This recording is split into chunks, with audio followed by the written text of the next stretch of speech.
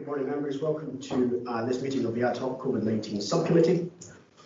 This meeting is being video recorded and will be posted on the website as soon as the recording is available. Members joining us remotely should have regard to the good practice note and ensure they only activate their mics and cameras when they wish to speak. Those members should, if they can, use the chat facility to indicate they wish to speak, and I shall maintain a list of speakers and call each of you in turn. Turning to the agenda, Nick, can you provide the sederant and any apologies and substitutions, please, and advise which members are present at this meeting virtually via Teams? Thank you, Chair. Yes, we've had apologies this morning from Councillor Murray. In the room, for the benefit of the recording, we have yourself, Councillor Davidson, Councillor Crothers, Councillor Hislop, Councillor Thompson and Councillor Wilson. We have joining by Microsoft Teams remotely Councillors Johnston, Maitland, Scobie and Councillor Driver, who is subbing for the leader this morning. Thank you, Nick. I confirm for the record my agreement to the councillors named as being able to participate remotely. Item 2 is declarations of interest. Do any members have a declaration of interest they wish to make?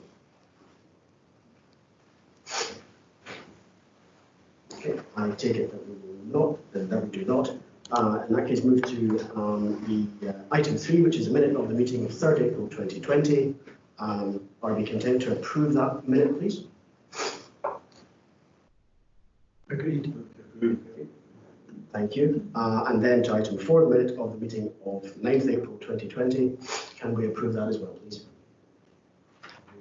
Yeah. Thank you. Item 5 is the COVID-19 Decreasing Galloway Council Response Verbal Update. This is a standing item of this subcommittee whereby members are provided with a verbal update at every meeting on our council's response to the COVID-19 emergency. Now that the online member briefings, community newsletter and daily briefings are established, this briefing will focus on the high-level issues that are coming forward rather than general information provision. Richard Greason is present to provide this update to members. So Richard, with that, I'll hand it straight over to you. Thank you, Chair. Good morning, members. I think a general comment to start with. I remain very positive and very pleased with our response in terms of the implementation of our various plans in regard to the response and indeed with the performance of the cells. Key strategic matters to update, Chair. I'll start with the most vulnerable, at-risk, marginalised communities and our work in that regard. Group 1, members will recall, is the shielding group, those individuals that have been identified with clinical health needs and as such as being high risk. We now have 4,960 people identified within the shielding group in Dumfries and Galloway. Of the 4,960, we have now contacted 4,344 thus far. That's a very fluid picture, members, because we will continue to make contact with individuals more than once to ensure that they are fine, need any additional support, and indeed are receiving the support that we've committed to give to them. Of the 4,344 that have been contacted, 3,289 of this group have indicated that at present they don't require any additional support from our council. They already have other mechanisms of support available to them. And 1,449 of them have now received and are on the list to receive the National Food Package. Members will recall from the last update that there had been a delay in the National Food Package being rolled out. That has now happened. It is in place.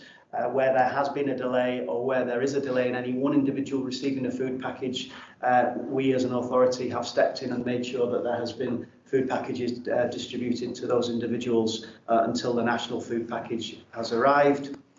110 people in the group have requested support with getting prescriptions. That continues through our community safety officer team with the help and support of police and fire.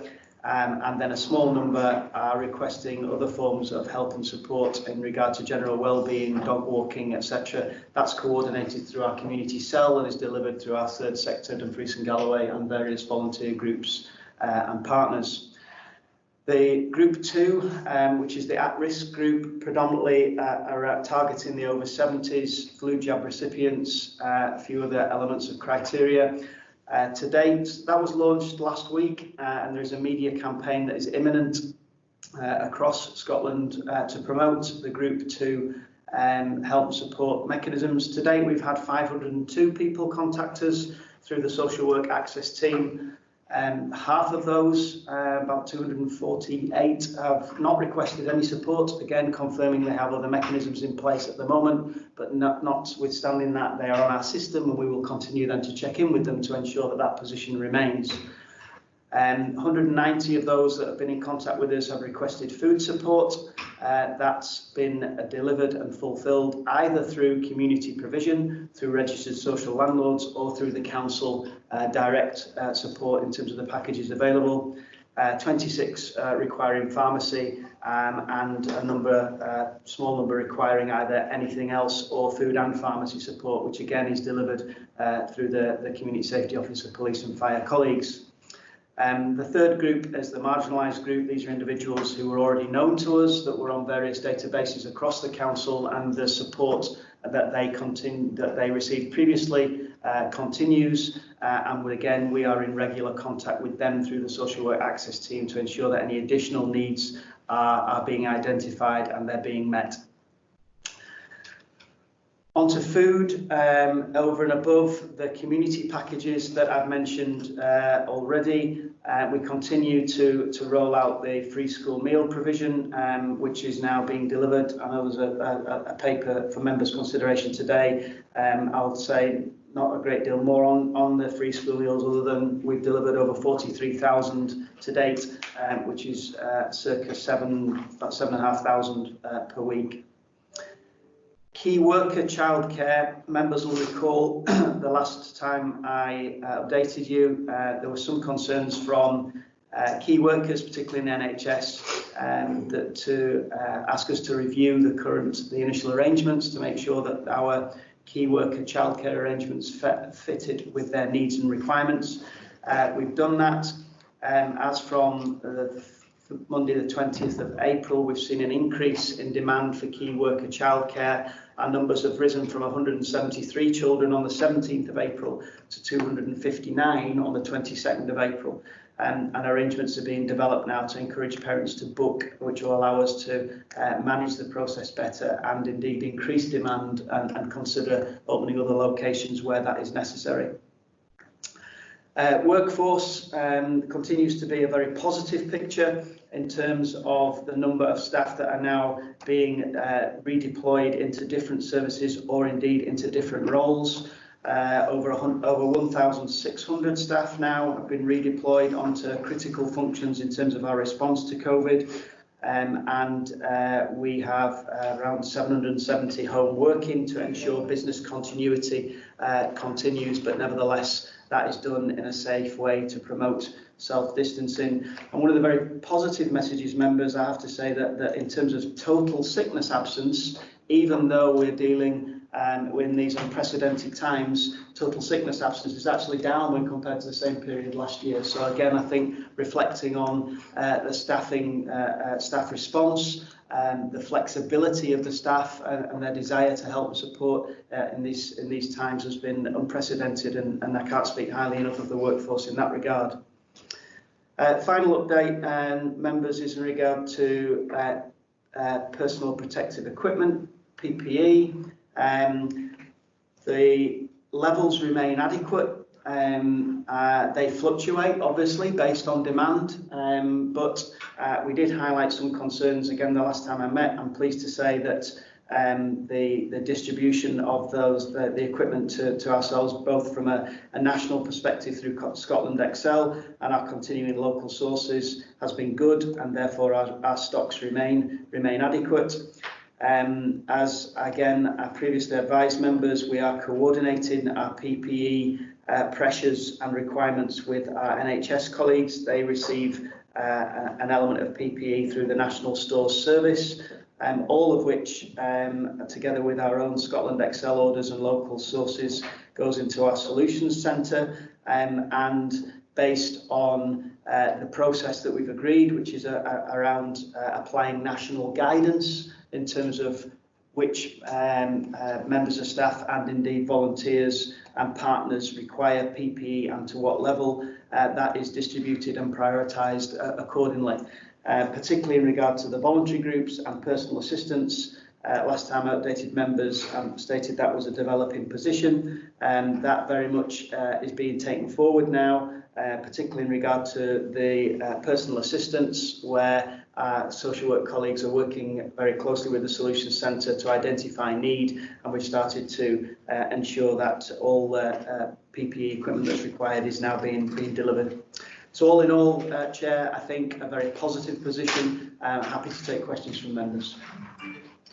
Thank you, Richard. Much appreciated. We move to questions and comments from members. We start here. Thanks very much, Chair, and thanks very much, Richard, for that presentation. So just one question and certainly a comment. The first comment, firstly, I'm hearing nothing but good news, and the Technical Group would like to thank all the staff very much for all the hard work that they're putting in. But we're just getting good stories coming back in regards to the service that's been delivered, and if you could pass it on, it'd be very much appreciated.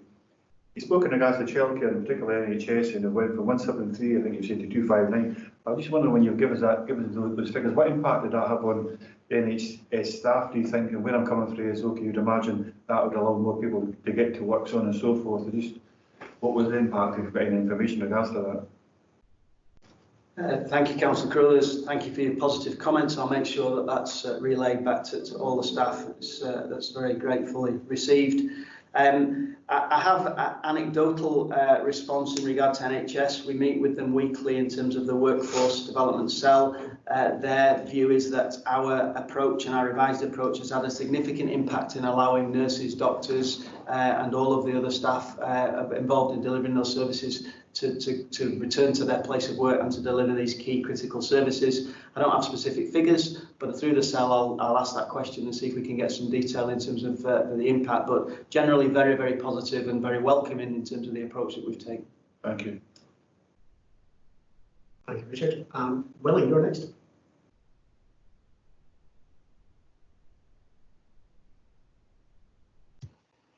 This is new to me, Rob. All these buttons.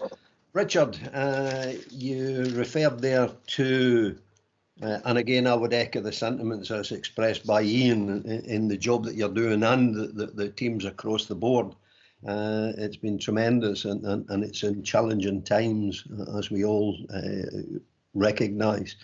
But when you mentioned there about key workers, childcare, in the NHS and key workers. Is this across the board, Richard? Because I dealt with a case in Point in Wigtown for some reason, got in touch with me, and it was childcare, I think, was required late at night as a key worker in a care home. So my question is, on this one, is across the board, are we able to provide the childcare provision across the board? And that's from Stranraer in the west through to Annan or Gretna in the east. That was my first question, Richard. I'll return to PPE in a minute. Okay, thank you, Chair. Thank you, Councillor Scobie, and again, thank you for your positive comments. The answer to the question is yes. Childcare provision is being provided across the region in various guises.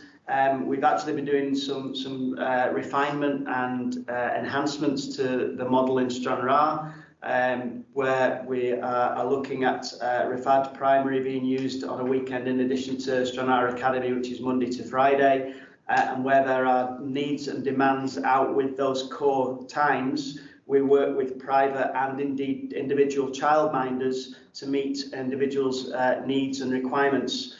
So again, if there's anything that we've not picked up and or there's any additional requests, happy to pick those up, Councillor Scobie, with you directly. But yes, we will do everything that we possibly can to make sure we meet the needs of those individual key workers' childminding requirements. Okay, and you have a second for PPE, will it? Yeah, thanks, Richard, for that. Just on the PPP, and we did, thanks to Jane, pointed us in the direction of the briefing that was put out yesterday by Rod Edgar.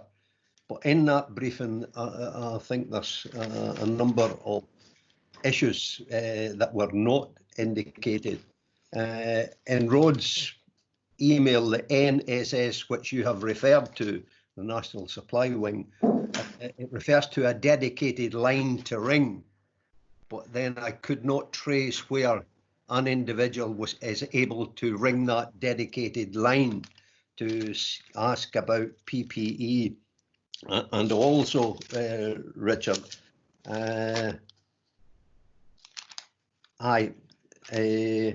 it's whether, you know, our distribution, because in it, it says that the NHS is dealing with frontline staff in the NHS, but that we are, as an authority, as a council, are coordinating the other parts when we've got key workers, we've got voluntary groups, and we've got personal assistants.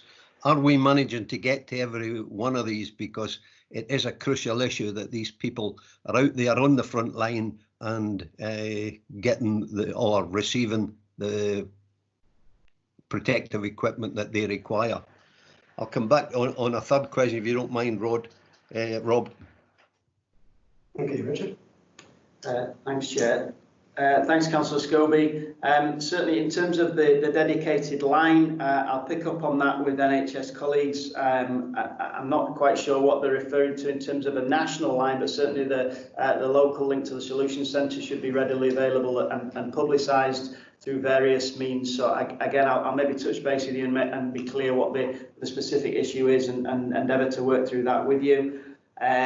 Certainly, in terms of our approach, yes, we have, as you correctly state, looked at collating and coordinating all of the PPE available to us through either the various means direct to the council or through the NHS NSS, and we have then been coordinating where that PPE is allocated out with the clinical side, which the NHS has remained with. It's been a challenge, as I think I've repeatedly said.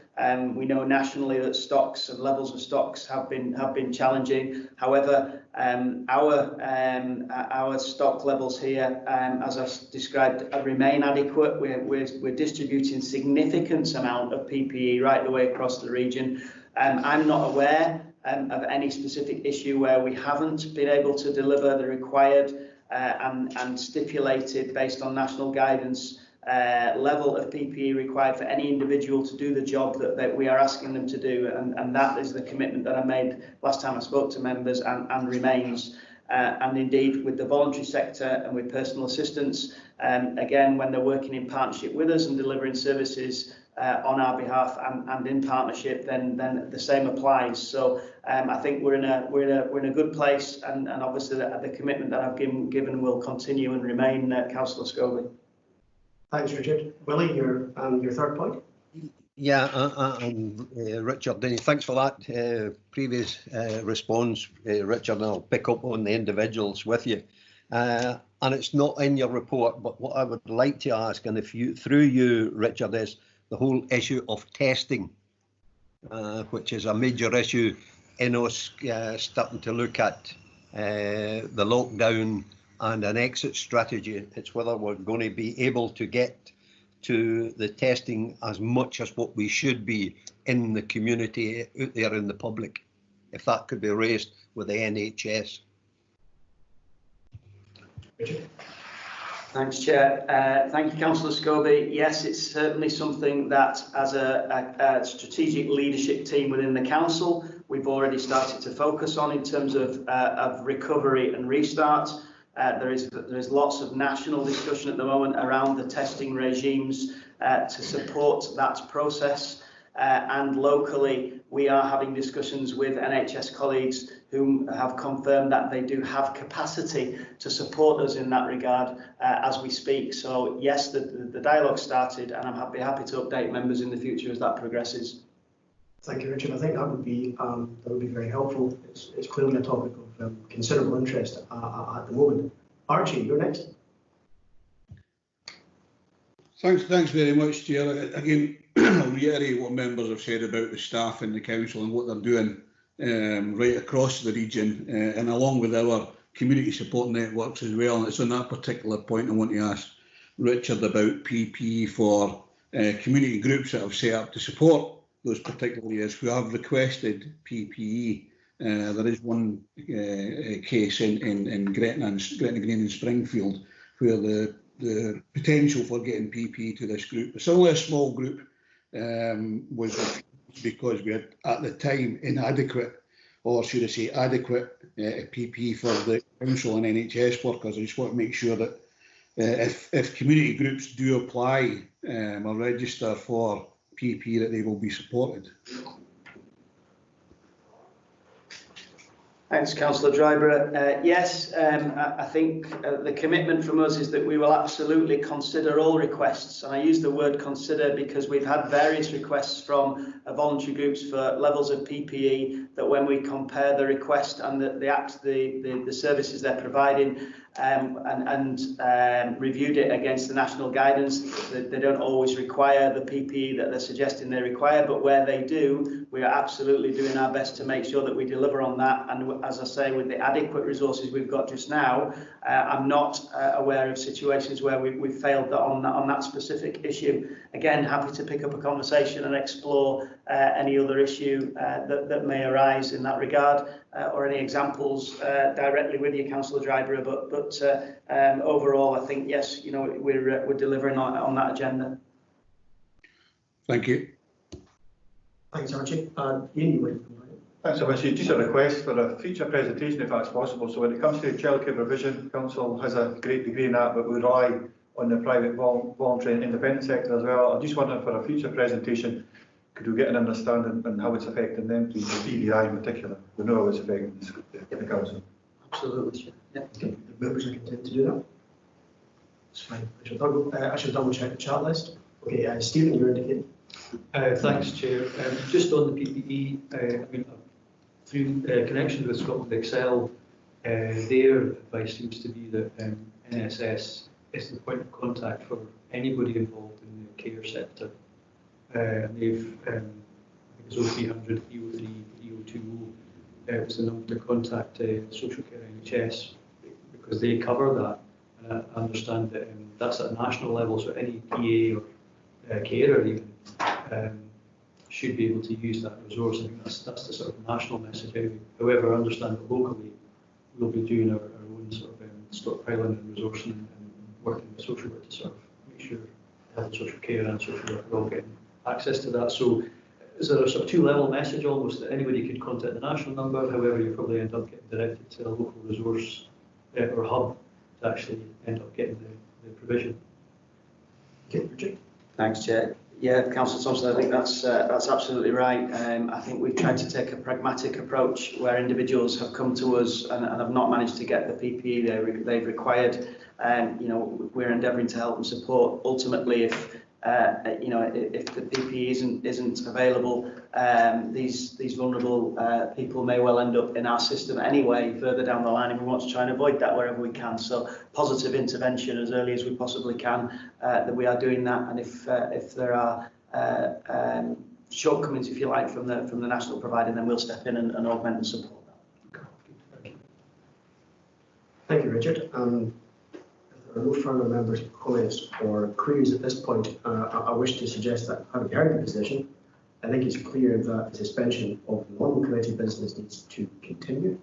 So in line with the full council decision of 20th March 2020, I would propose that this subcommittee continues to operate, dealing with urgent and important business for the coming month, noting that the proper officer would therefore cancel the scheduled meetings for May 2020. Will members be content with that proposal? Yeah. Just comments. Support the proposal of this going forward, but I just wondered maybe it's a political group leaders need to discuss it further in regards to the frequency. I just felt at the beginning we agreed it was every week we'd meet, even if it was just for the update from Richard. So we've got that across all members. At least we get a chance to come back across questions. We'll get an overwhelmed with information. It's really good information. I think we've got a clear understanding, but maybe the political group leaders, because nearly 4 weeks I think is the next scheduled meeting for this, other than there is one scheduled in next week now in regards to the licensing panel, but I just think we need to maybe discuss that. Okay, I think group leaders would be, there are 2 of them in the room for a start, would be more than happy to discuss that. Look for input from the others on online with regard to this proposal. If no one's indicating that they want to speak on it, then I'll take that. Happy to support what Ian said there. Okay, so we'll look to take that forward as an item for group leaders discussion.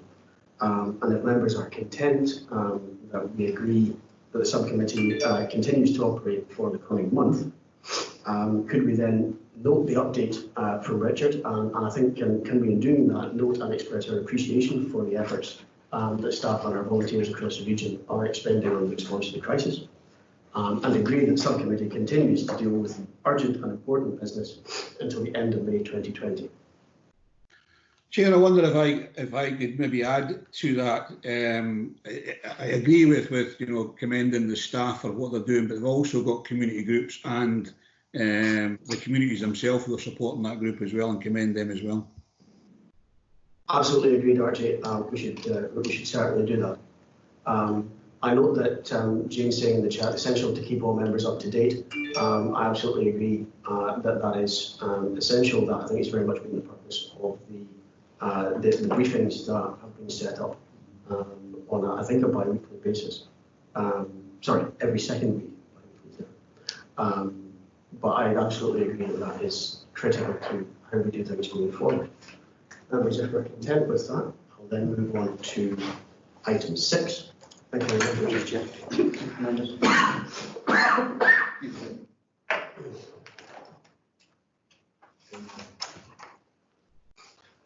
I should explain that I simply have hay fever,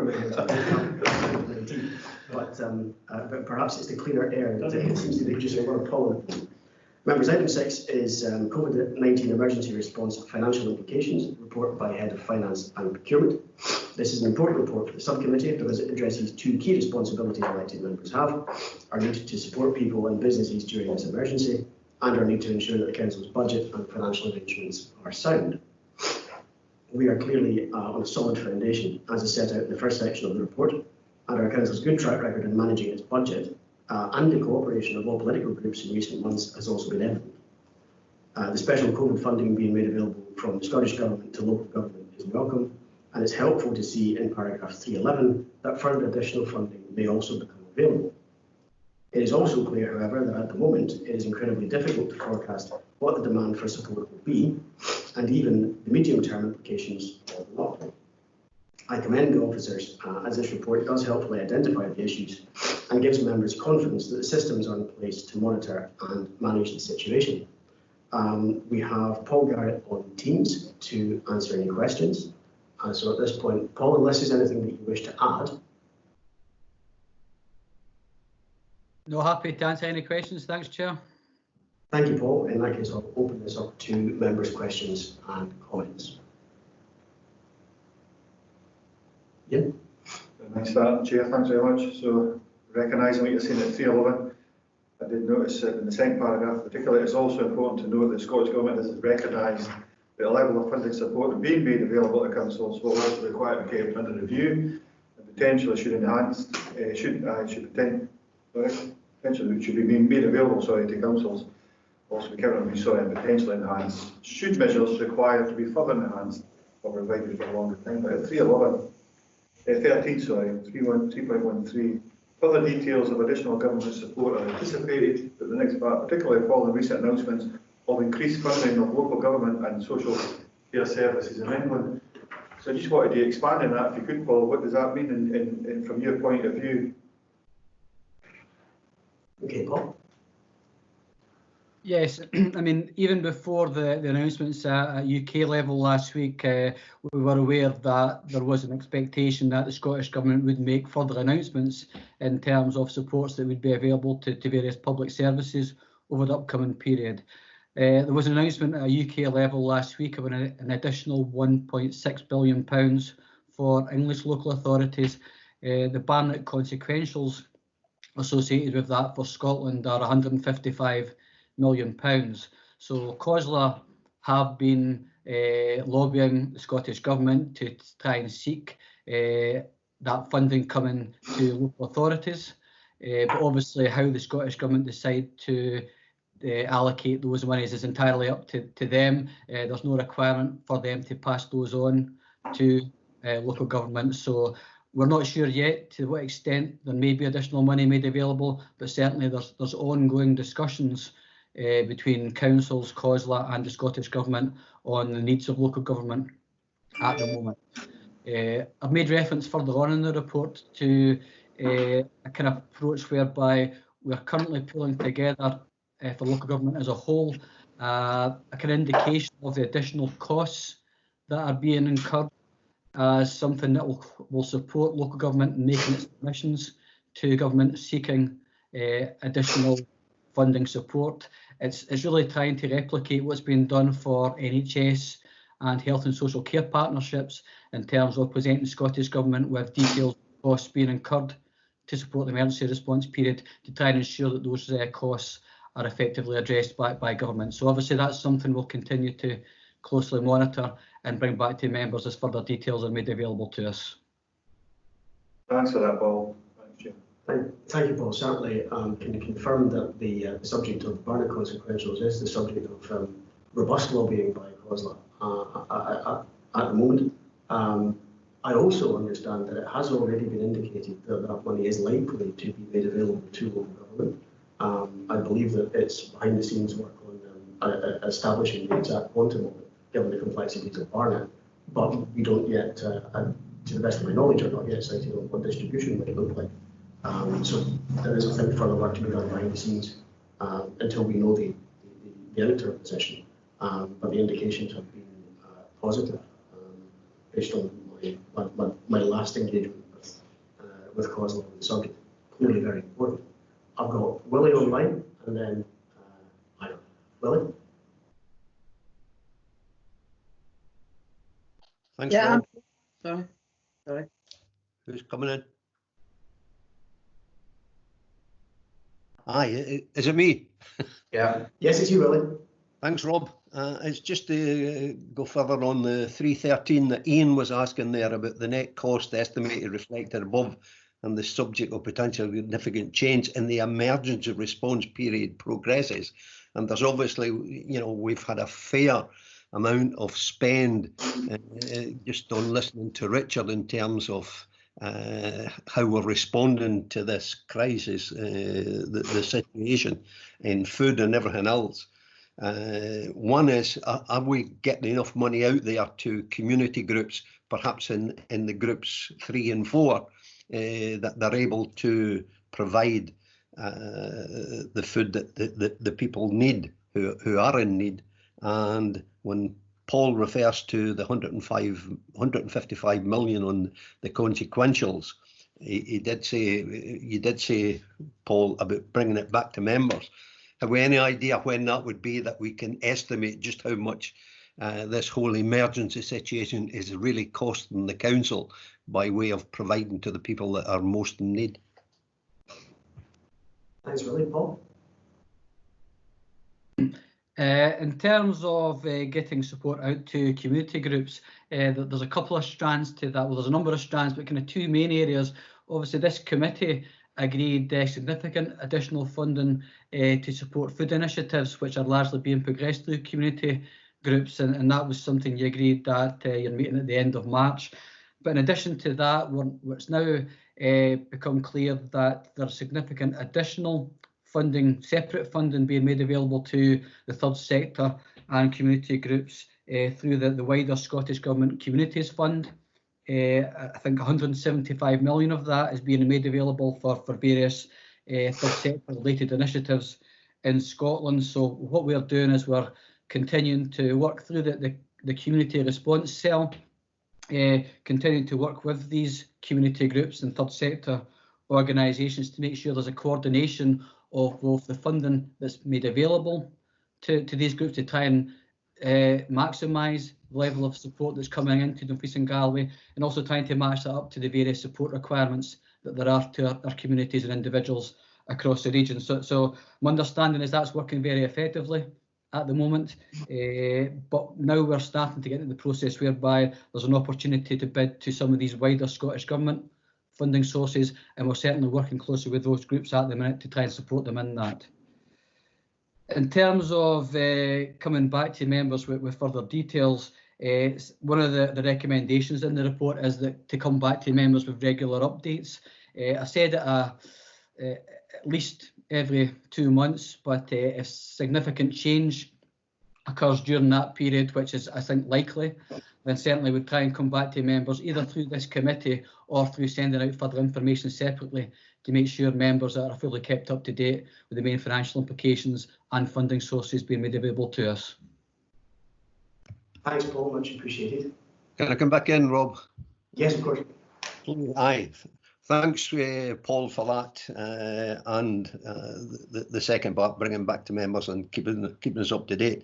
Can I maybe just make a plea for the community groups, because there are some that are really struggling financially to keep to providing to the groups 3 and 4 in particular, and some in the 1 and 2s as well. And if we could get some kind of funding out to them as soon as possible, recognising what Paul's saying, that we're doing a tremendous job in providing to the communities through community councils and other community groups. But if we could get that money out to them as soon as possible, and also if Paul could keep us up to speed on the communities fund at the £175 million and how communities bid into this, if Paul could keep us advised on that, please. Okay, Paul. Yeah, no, happy to do that. That's fine. Thanks, Paul. Ivor, you were next. We're concentrating on the emergency situation, but sometimes we have to look at the day-to-day running of the council as well. Is there any implications or processes we need to put in place to make sure that budgets are allocated? I know we used to always have the business plan early in the year, and then that would agree the budget. Is there anything we need to do in the next couple of months to actually make sure that we continue, if it's the education budget, to allocate money to the education, etc.? Okay, Paul. What I've tried to do in the report, Chair, is give a summary both of the financial implications of the emergency response activities, also to have a look at the direct impact on the council's normal or budgeted activities, and there's an analysis at Appendix 3 of how the current period is impacting on our regular budgets. I think the other part to that is, and as I've tried to recognise in the report, I think when we come to the latter part of the emergency response period and things start to move towards a degree of normality, there will be a need for a kind of a reassessment of both the overall financial position and on the measures that the council needs to take to support the recovery in the region following this period. So obviously that's something that we'll be bringing back to members as part of these regular updates, and as we start to move towards that kind of more normal period, trying to give members information on the resources available and where the need is greatest, and that's something we'd want to support members in taking decisions on. Okay. Before I bring Stephen in, Jane, can I check whether you were looking to ask a question? No, Rob, I don't think I was. I'm busy looking at burial costs, but no, thank you very much. All is well. Okay, so I just wanted to check, because I'd heard someone, it sounded as though someone was trying to intervene, but it might just have been microphone issues. Stephen? Thanks, Chair. I think it might have been Lillian joining, and it sounded like Willie and Lillian might have sounded similar. That's my segment.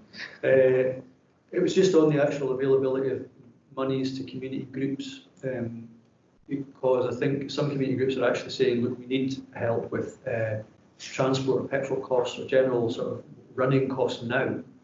And I think our ward teams are working to support all the groups across the region, not just in Annandale North, for example. But I think their take is that, yeah, we know there's money coming, but we don't have a way of distributing it yet, maybe clearly. So I don't know if there's another tranche that's yet to be issued. So it's really about how do the community groups get access to the community's funding now when they're already incurring costs and seeking this additional support, because they are actually continuing to work. And it's not just for food, it could be prescriptions or just general getting about, getting shopping and all the rest of it. So is there actually a point of contact where they can actually tap into that now? Okay, thanks, Stephen. Paul, if you can help with that point.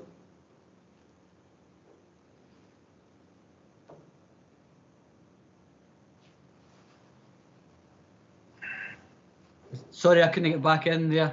In terms of the community groups, I know that there has been some detailed work done both to identify the detailed allocation of the monies agreed by the COVID-19 committee, but also to make sure we get those payments out. And I had a very helpful discussion yesterday with the kind of lead officers within the community cell who have been closely liaising with the communities groups to try and make sure that that happens. My understanding was that had been going well to date, but if there's particular issues, I'm certainly happy to take that back to those colleagues within the community cell and ask if those can be directly addressed. Thank you. Thanks, Paul. I'll check whether there's any other questions or comments. Ian? Just a small one, Paul. So I just wasn't sure if this would be asked through as part of the consideration of this report by other members. But so you've outlined at the beginning of this report all the amount of money that we've got set to the side, including our 2%. So just look for the assurances in particular. I suppose there's two parts of this question on the back of which Stephen's just asked as well. So look for the reassurances that there's enough funding in there over the next couple of months. We're not going to be caught off in stooks, so to speak. We're not going to be caught out of hand. We've got plenty of money in there to cope with the circumstances we're under as it's projected. Look for reassurance of that. And it was actually Ivor mentioned at our group meeting yesterday, the I think it was the Bellwin formula. So if there is an emergency response that comes in front of us over the next couple of months, is that something that we could apply? Say, for instance, community transport, running costs, so on and so forth, whatever it may be. I just wonder, is that something that we can actually apply money to in the short term and claim that back through Scottish Government? Thanks, Ian. Paul? In terms of the first part of the question, I think we have got very good arrangements in place to ensure that we're not caught short in the immediate term. We have got those resources that you refer to, Ian, and also to recognise that the Scottish Government has recognised the cash flow implications of this emergency response period and has been quick to ensure that councils receive money on an accelerated basis so they don't have the direct cash flow issues that they may otherwise have had. And indeed, as a result of that, I came back to the committee a couple of weeks ago to ask for a revision to our treasury management strategy to try and manage some of the very high both inflows and outflows of cash over the upcoming period. So I think based on our current projections and based on that background situation, I'm not anticipating us being caught short effectively during the immediate term period. In terms of the Bellwin scheme that you referred to, I think, to be fair, this emergency is of such a scale that it goes well beyond kind of Bellwin scheme considerations, and that's something that's been discussed at a national level. That normally what happens is when you're in an emergency period, councils incur the expenditure and then seek some recovery from the government through the Bellwin scheme. But it has been a different approach this year in terms of there's a recognition of the need to support councils early to allow us to provide the support measures in our communities. And I think the other thing is that rather than the Bellwin scheme, there's an approach being made, which I mentioned earlier on, through COSLA to try and make sure that all the costs being incurred by local government at the moment in terms of responding to the emergency period are being pulled together to support a submission to the Scottish Government to seek additional funding support to help address those costs. Thank you. Thanks, Chair. Thanks, Paul. Members will go to the recommendations. Are we content to note 1, 2, 3 and 4? Good, thank you. Thank you, Paul. We'll move on then to item 7, which is economic recovery update, report by Head of Economy and Development. Again, this is an important report which focuses on the support for businesses and social enterprises as they deal with the impact of the COVID-19 pandemic. It develops some of the early response actions reported to this committee on 27th March. And the report also outlines new joint working arrangements with our South of Scotland partners. Members will be aware that our next online briefing is on the topic of business support, so all 43 elected members will have an opportunity in the near future to be brought fully up to date with the detailed arrangements. I think it's also worth observing that this remains very much a moving and fast-moving picture as various decisions are made at various levels of government. Steve Rogers is with us to answer any questions. Before I ask him to do that, I think it's only appropriate to put on record my appreciation of the immensely hard work that the business support team has been doing in managing grant payments to something in the region of £1 million a day. When you consider these are multiples of £10,000 and £25,000, it gives you an idea of the volume that they have been processing. There are still many people waiting, but I also understand that the team has been working late into the night and over weekends in order to try and get money pushed through the system out to business as quickly as possible. I think it's important to recognise the effort that our staff have been putting in to get this important part of the response underway and the support out to as many businesses as they can, as quickly as they can. But with that, I'll hand over to Steve, because Steve, I think you have some updates based on some of the work that's been happening this week. If we take those first and then go to questions. Yeah, sure. Thank you, Chair. As you say, this is an area which is pretty fast moving, so no sooner is committee report finalised that the goalposts move again. So I thought it would probably be better to just give you some verbal updates on some of the content within the report. So and also, Chair, can I just acknowledge and recognise appreciation for those comments of the work of the team, and I'll certainly make sure that that's passed on. They've done a fantastic job to get the scheme up and running so quickly, and to basically focus so much time and energy on getting the support out to local businesses. So I'll gladly pass that on to the wider team.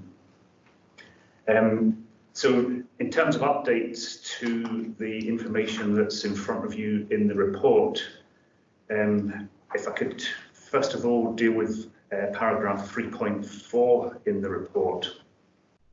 So the third bullet point down, so this is dealing with updates to the Scottish Government business support programmes and the announcements that have been happening over the last week to 10 days.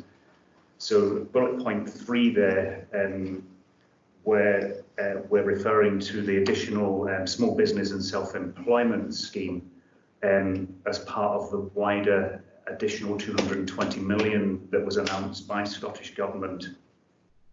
So we now have some more information on the self-employed scheme. 34 million is confirmed as coming to local authorities to support the recently self-employed who would otherwise not have been eligible for the main government scheme that's administered through HMRC. We have also now been notified that our allocation from that 34 million is going to be 652,000, that's a very precise figure, 652,258, with 60% of that amount getting paid to us up front, and then the rest drawn down as needed. The grant scheme itself for the newly self-employed, we will be able to award grants of £2,000. So that budget would give us the scope to award 326 grants. The scheme will go live on 30th of April, which is next Thursday. So we're busy working, putting the processes in place to ensure that we'll be in a position to start that scheme next week. In terms of the eligibility for that scheme, we have just literally this morning received the detailed guidance for the scheme. So I would propose that we circulate round to members just a briefing note, just explaining the operation and eligibility of that scheme, because no doubt you will be asked and approached by constituents, so this might help to answer some of those queries and questions. The other update in relation to paragraph 3.4, there's a reference to the other element of that 220 million national package, which was to be allocated to enterprise agencies. So that's now been confirmed. So 66 million of that 220 is being allocated for distribution to businesses through enterprise agencies, including South of Scotland Enterprise. At the moment, we do not know what allocation is being awarded to the South, but I understand that we're likely to find that out very soon. And that's going to be split into two funds for businesses.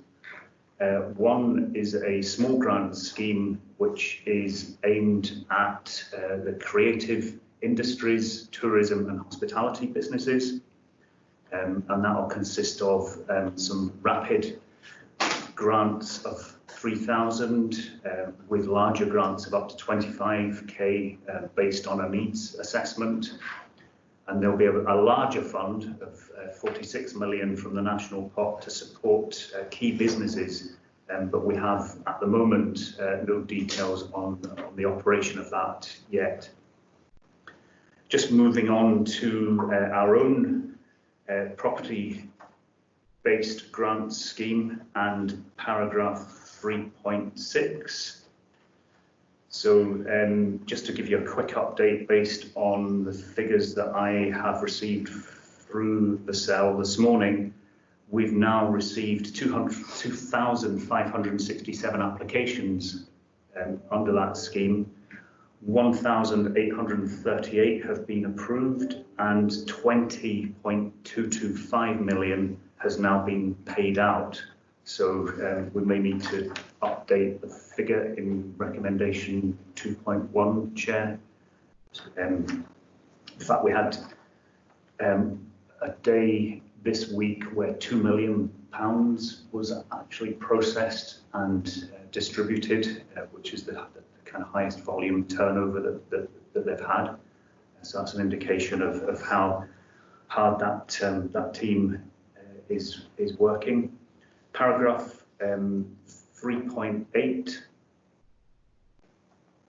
I can give an update on that one as well. So this was highlighting some of the issues that there have been with a small number of the applications which had to be set aside pending some clarifications being sought from Scottish Government. Well, I'm pleased to be able to say that those clarifications were issued just 2 days ago, and the outcome of that is very positive in that it's enabled us to release a further 400 applications that have been set aside, and possibly these are one or two that might have come to your attention with increasing levels of frustration from applicants, which is understandable, but we have to ensure, as a group of local authorities, we all had to ensure that we were absolutely clear that government was prepared to change the guidance and allow us to release those before incurring all of that expenditure. So that's really the update, Chair, on the content of the report. I'd be happy to take any questions on that or the rest of the report. Steve, thank you for the update, much appreciated. Jane, you'd indicated first. Yes, thank you very much.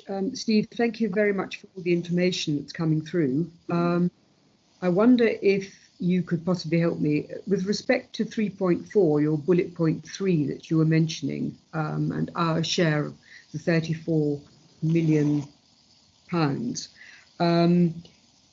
Does that reflect our region's profile in terms of the number of self-employed, the percentage of self-employed?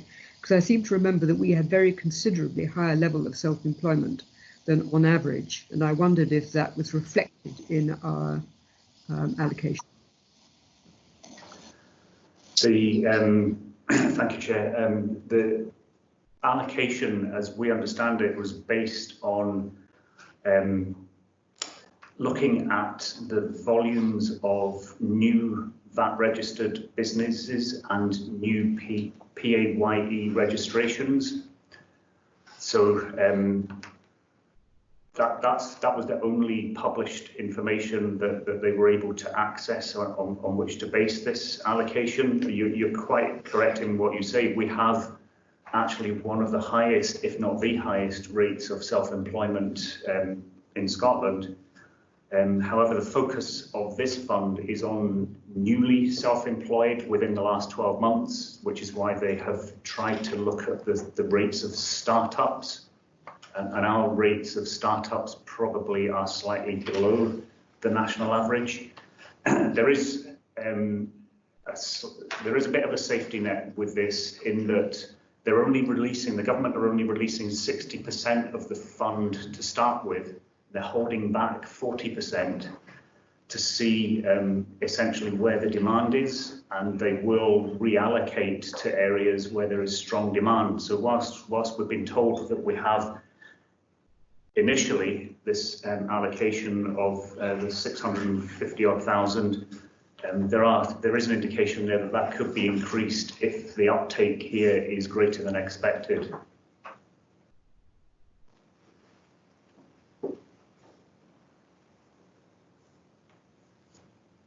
Right, Jane, did you want to come back? Okay, thanks, Jane. Adam, next. Yeah, thanks, Steve. Just in particular, I wanted to focus on the 8.12 South of Scotland response. It talks about an action plan that would be developed and agreed. I just wondered when we would get sight of that. I think, obviously, it's talking about an approach between the agency and the council, so I think it's appropriate that we see that and feed in what we're hearing from businesses and our constituents. But also as well, a lot of what we're hearing at the moment is around the financing of businesses, which is absolutely correct. But I think what we're starting to find as well is the advice that businesses are needing.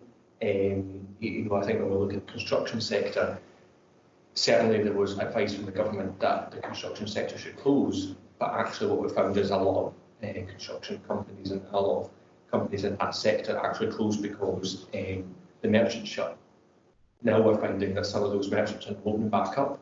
And for every other sector of the economy, they will start to look at it. It won't necessarily be about getting the right funding in place, because the crux of the matter for businesses will be how can they open back up following government guidance. And what we're seeing sort of from both the UK and the Scottish Government over the last week is suggestions that the lockdown will not be over on one day. It will likely be a phased return to a new normality. And for businesses, the issue will be, first of all, they'll want to make sure they've got that finance in place. But secondly, how do they adjust to a new normality? And that will affect every single business in the region. So it won't just be about that finance that they're needing, it's about the advice and the guidance so that they can fulfil whatever it is that they need to do to make sure that they can open their business back up.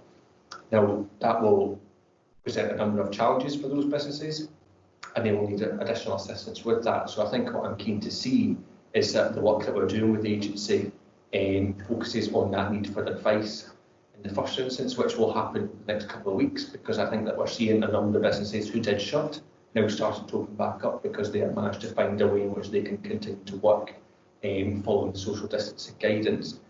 But that will intensify over the next couple of weeks as new information comes out and as the lockdown situation changes, eases, whatever we want to describe it. But there's always going to be that need for businesses to get that advice. And I think what my own personal viewpoint on what we need to see is almost sort of the Annual Solutions team recreated on a sort of pan-South of Scotland basis. There were bits of it that were solely focused on Annan, which was absolutely fine, but actually there's bits about getting advice to businesses, which I think is going to be absolutely paramount. There was a clear focus on that being a one-stop shop, and I think that would be welcome for all businesses at the moment, because as we highlighted, I think it was 2 weeks ago, that there were some businesses that actually needed advice now, because there were some businesses that were growing now because they were an increase in demand on particular services, particularly in the dairy sector. And we need that one-stop shop for all businesses across the two regions. I think that, I personally think that that is a way forward to make sure that we get that financial advice, we get that operational advice, also that advice on how do businesses comply with government guidance. And that one-stop shop would be a way forward to doing that. I mean, that might be what's in the action plan that's been agreed, but until we actually see that, we can't actually scrutinise and sort of judge if that acts on the queries, on the questions, and on what we're hearing from businesses and communities. Okay, thanks, Adam. And Steve, I'll bring you in on the economic points. I absolutely understand what you mean, Adam, with respect to 2.3, and I've got a suggestion. I think that we should tweak that and change it along the lines that you were talking about. But Steve, will bring you in first. Yes, Chair, certainly. I mean, there's a number of points there in terms of the need, the absolute need in this short term for clear joined up working, and that's really been the focus, I think, of the work that we're progressing with our partners at the agency and at Scottish Borders Council. So there's a few observations.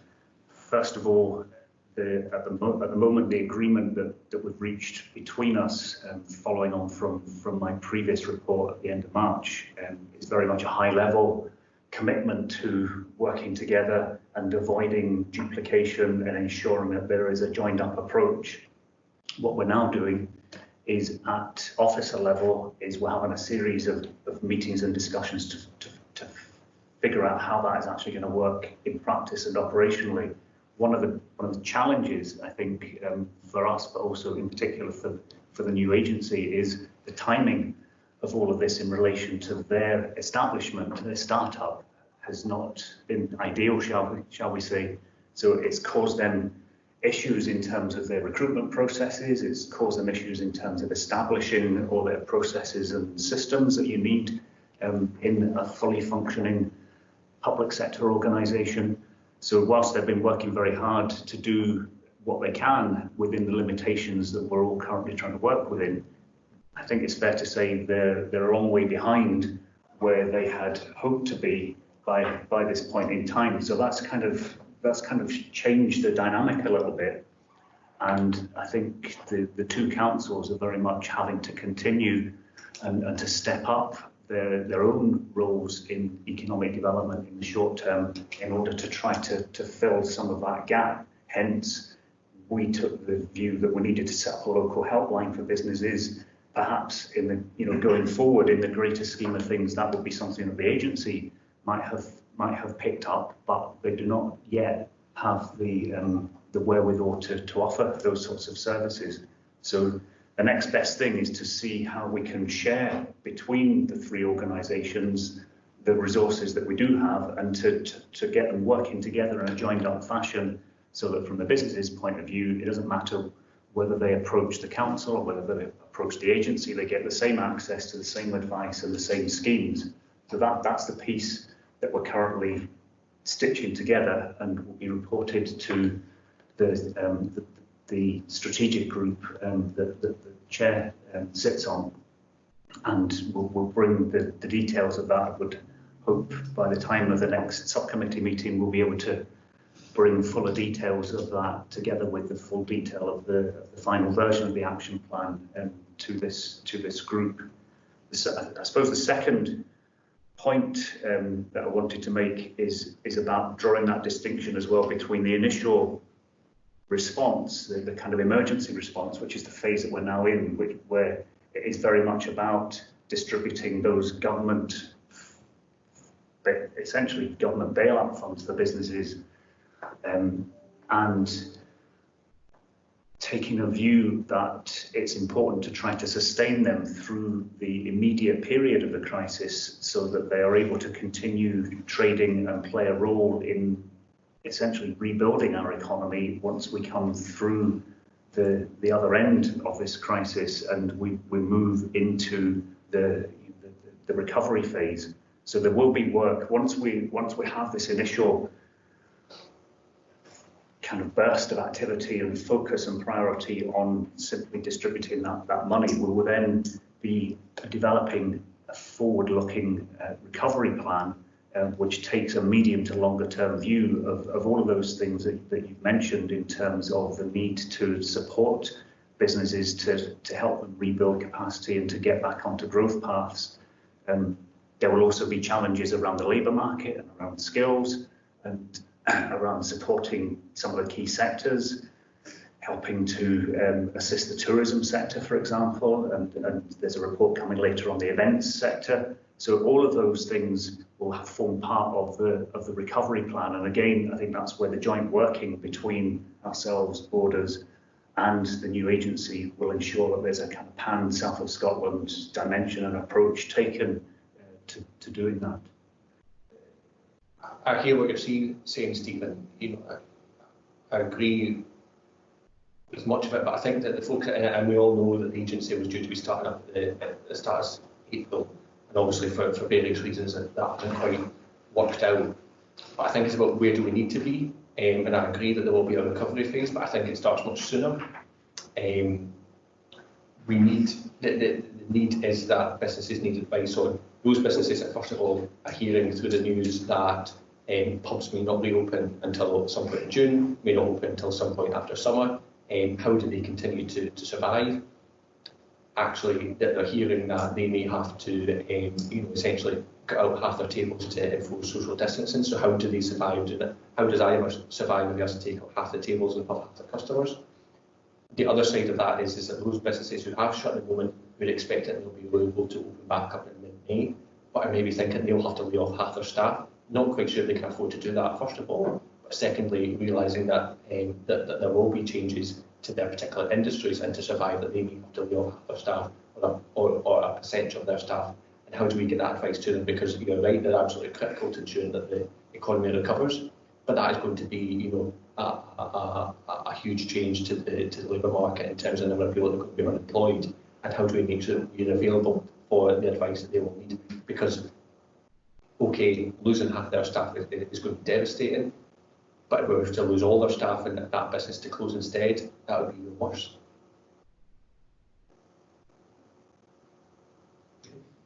Yeah, well, I think very much that recovery is going to be the focus of the strategic group that's been established.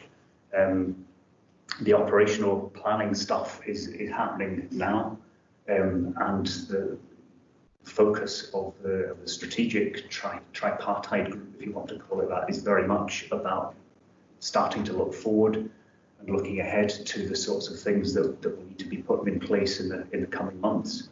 The Council does already provide advice, not just through our own economic development activities, but I think looking beyond that, we provide advice on how businesses can comply with things like social distancing, which is going to become an even more important issue. We've just developed a protocol with Police Scotland in terms of how that legislation, how those regulations would be applied. And we provide advice through both environmental health and trading standards teams to local businesses in terms of how they can actually comply. And the focus of that activity is about how do we provide advice to help businesses comply. It's not about enforcing against businesses and taking action against them. It's trying to help them to meet those requirements. And as you say, those requirements are going to change as we start to come out of the lockdown period. So some of that advisory activity is going to become even more important. Thanks, Steve. Clearly, part of the issue we have is that we don't yet know what the exit to the lockdown is going to look like exactly. We've got a useful starter for 10, I think, in the paper that was published yesterday, but that outlines as much the considerations that will be concentrated on as much as it starts to go into specifics. And of course, business is going to want to plan for specifics, which I think we don't have yet. I suspect also that capacity is a bit of an issue, because clearly there's a huge amount of capacity that is now directed towards paying the grants. So finding the room in which to provide business advice is going to be quite a stretch, I would anticipate. I think that's a fair observation. What I did want to suggest was that the point that Adam raised about 2.3, I think I would certainly be more comfortable with the work that's referred to there and the action plan that Steve referred to going back here, because that's very much in line with how we do things as a council. So notwithstanding that we have to make decisions in an expedited manner, I think that would be a clearer way forward. But we'll come to that in the recommendations. Recognising the significance of this item, I think everybody wants to speak. So Willie, I have you next.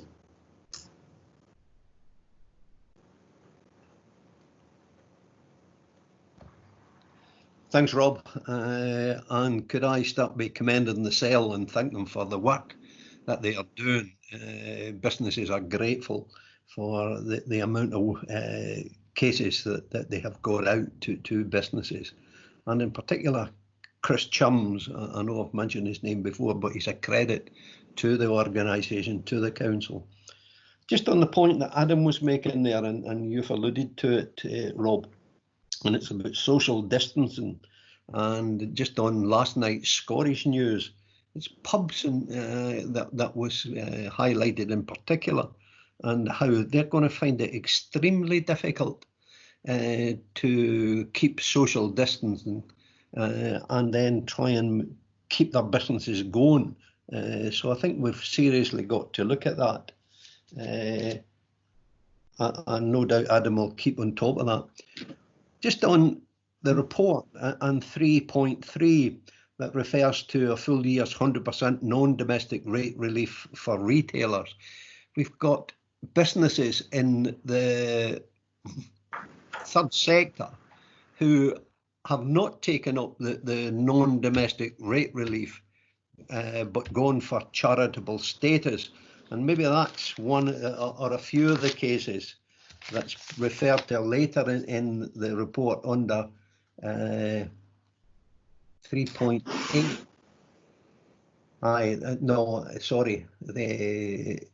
The ones that have been referred back to the Scottish Government for clarification, and some of those are in the charitable status groups that haven't taken up the non-domestic rate relief. Whether there's any update on those in terms of getting word back from the Scottish Government as to whether they qualify for the £25,000 category. And also on the 3.10 in the gap analysis, the funding gaps, and taking that back to 3.4, it's included here self-catering, but yet we've not included bed and breakfasts, for instance. People who rely on the tourist industry that Steve referred to, they are not included in this. They may come into the self-employed, but you know the difference between self-catering and bed and breakfast, and I know what the differences are, but it's the distinction between being able to claim that grant and not. So I think, you know, in terms of the funding, the gaps, then we do have some in terms of bed and breakfast premises and others I'm sure that members will want to say. There's a number in there for Steve to address. Okay, thanks, Willie. Steve? Okay, thanks, Chair. Yes, and I'll pass on your best wishes to Chris Churns. Thank you very much. I'm sure he'll be grateful for that feedback. Just picking up some of the questions there through you, Chair. In relation to charity relief, so yes, we did seek a clarification as to whether or not organisations that were in receipt of charity relief would be considered eligible. Unfortunately, the answer to that came back was no. So they are specifically excluded from that scheme. That's only organisations that apply for and receive the charity relief as opposed to other types of rates relief. The only exception to that is sports clubs. So sports clubs have been confirmed as being eligible if they are in receipt of sports relief. With regard to your observations about the difficulties that some of our pubs and restaurants and so on are going to have in terms of complying with social distancing, I suspect that's one of the reasons why the new support fund that government announced that's going to be allocated out through enterprise agencies, one element of that, which is the smaller grant fund of £20 million, is specifically includes reference to hospitality businesses. So it covers creative industries, tourism and hospitality businesses. So there is an additional potential relief available or support available for hospitality businesses under that new scheme that's going to be delivered by the enterprise agencies. With regard to bed and breakfast, then my understanding is that bed and breakfast, hotels and bed and breakfast were already included in the list of eligible uses for the 10K rates-based property grant scheme. The query was really around self-catering properties where there was a grey area as to whether they were eligible or not, and that's why they were then added in specifically by the government into the guidelines, so that there was absolute clarity that they were eligible. I think does that cover all of your points, Willie? Yeah, you've gone through that, Steve. If I just could come back on that one, in terms of the charitable relief and them not being included, or rather that they are excluded. We've got many in that third sector who rely on retail, just to keep going. Some of the Bernardos, etc., rely on funding. And they're suffering, and the UK government has responded to that. But I think that we need to put that into the gap analysis in terms of that their businesses are going to suffer if they don't have that people coming through the door and that income from retail. That I think we've got to look much closer at. And just on the bed and breakfast, my understanding was that they're not included in that 10K rate relief, or rather the non-domestic rate grant. If we could just clarify it and let us know that whether they are included, that's bed and breakfast and hotels. If we could just I will check. There is a big, a very extensive list that's on the website. So I'll have that checked, Willie, and we'll get back to you with clarification on that. Steve, I wonder if that last point was on bed and breakfast that pay council tax rather than business rates. That had been an issue, and I believe that may now be explicitly provided for. I've seen that in one of the announcements about the funding. Perhaps that might be part of the issue. Certainly, many bed and breakfasts don't pay non-domestic rates and therefore would not be eligible for the scheme. But those that do pay non-domestic rates potentially are eligible. I will verify that. It would be worth us checking, because memories in perfect aid at these strange times, but I think I had seen something about that particular situation, accommodation providers that pay council tax, being included in one of the updated iterations. Okay, yep. We'll check we that can check out. on and advise members. Yep. Malcolm, you're next.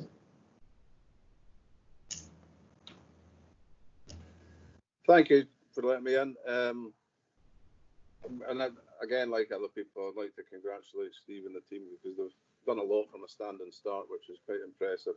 But like a few of us, I know there's a few other people on the committee have had approaches from people who have had issues with updates of the business name or the moved premises or whatever with rates, and they've basically been told they weren't really eligible for the grant. Is that part of the clarification that you were seeking from the Scottish Government, Steve, as to what to do with that? Because my understanding is that there was always an element of discretion allowed when applying these grants, and perhaps discretion could have been used for some of these businesses that could prove the bona fideness, through other means. because like a lot of places, there's really struggling for cash flow at the minute. And then that brings me on to the next part, which I've mentioned a few times about the cliff edges within these grants. And you mentioned in 310 about lobbying activity, but lobbying activity is going to take an awful long time. What can we do in the meantime to try and help these people out? Okay, Chair. Yep. Just taking the first point there, there was limited discretion available to us, but only in relation to changes to the valuation role, and only in some very prescribed circumstances. However, what we were finding from businesses is that there were a whole set of additional circumstances that were not really anticipated by those that wrote the guidance. The other complicating factor is that there is no ability to backdate the small business bonus scheme.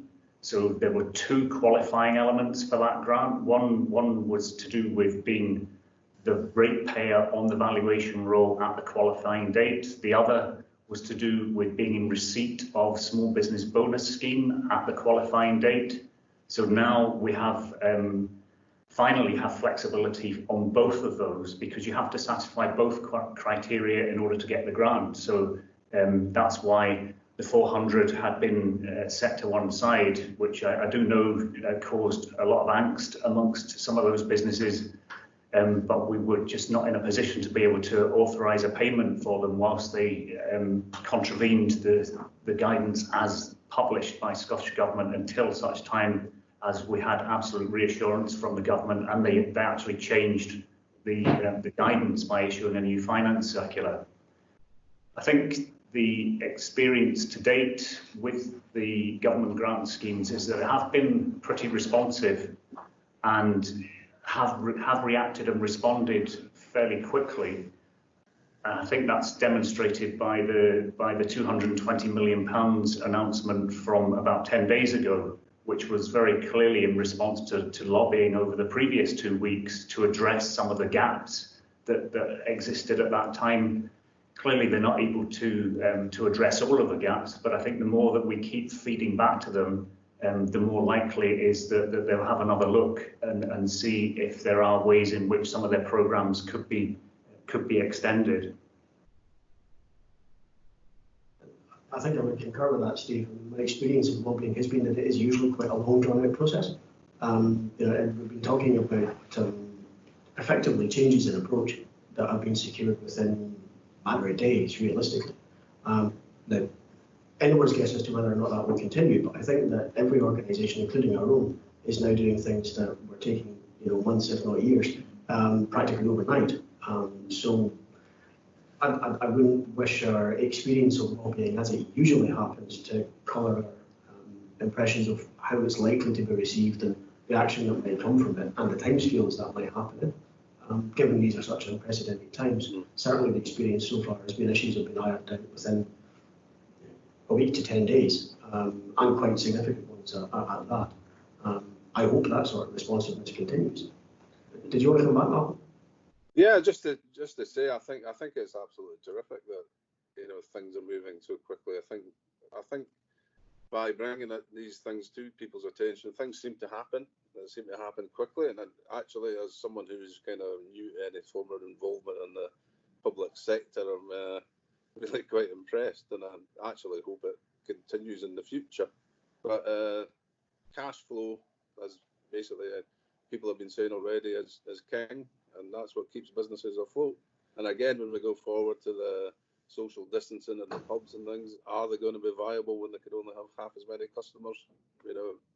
There's all these things to be taken into account, but on the whole, I'm very impressed with what's been happening so far. So well done, everybody. Thank you, Bob. Stephen. Thanks, Chair. Well, a couple of things.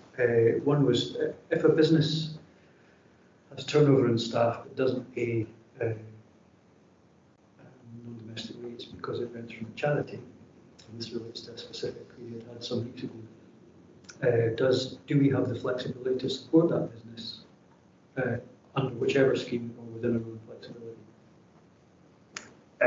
Chair, the brief answer to that is no, we don't. We've had a number of cases where businesses basically rent from a landlord, and because they are not the ratepayer, they're not eligible for the grant support. Now, this is something that has been taken up really from very early on with Scottish Government, and it's one area that to date they haven't really moved on.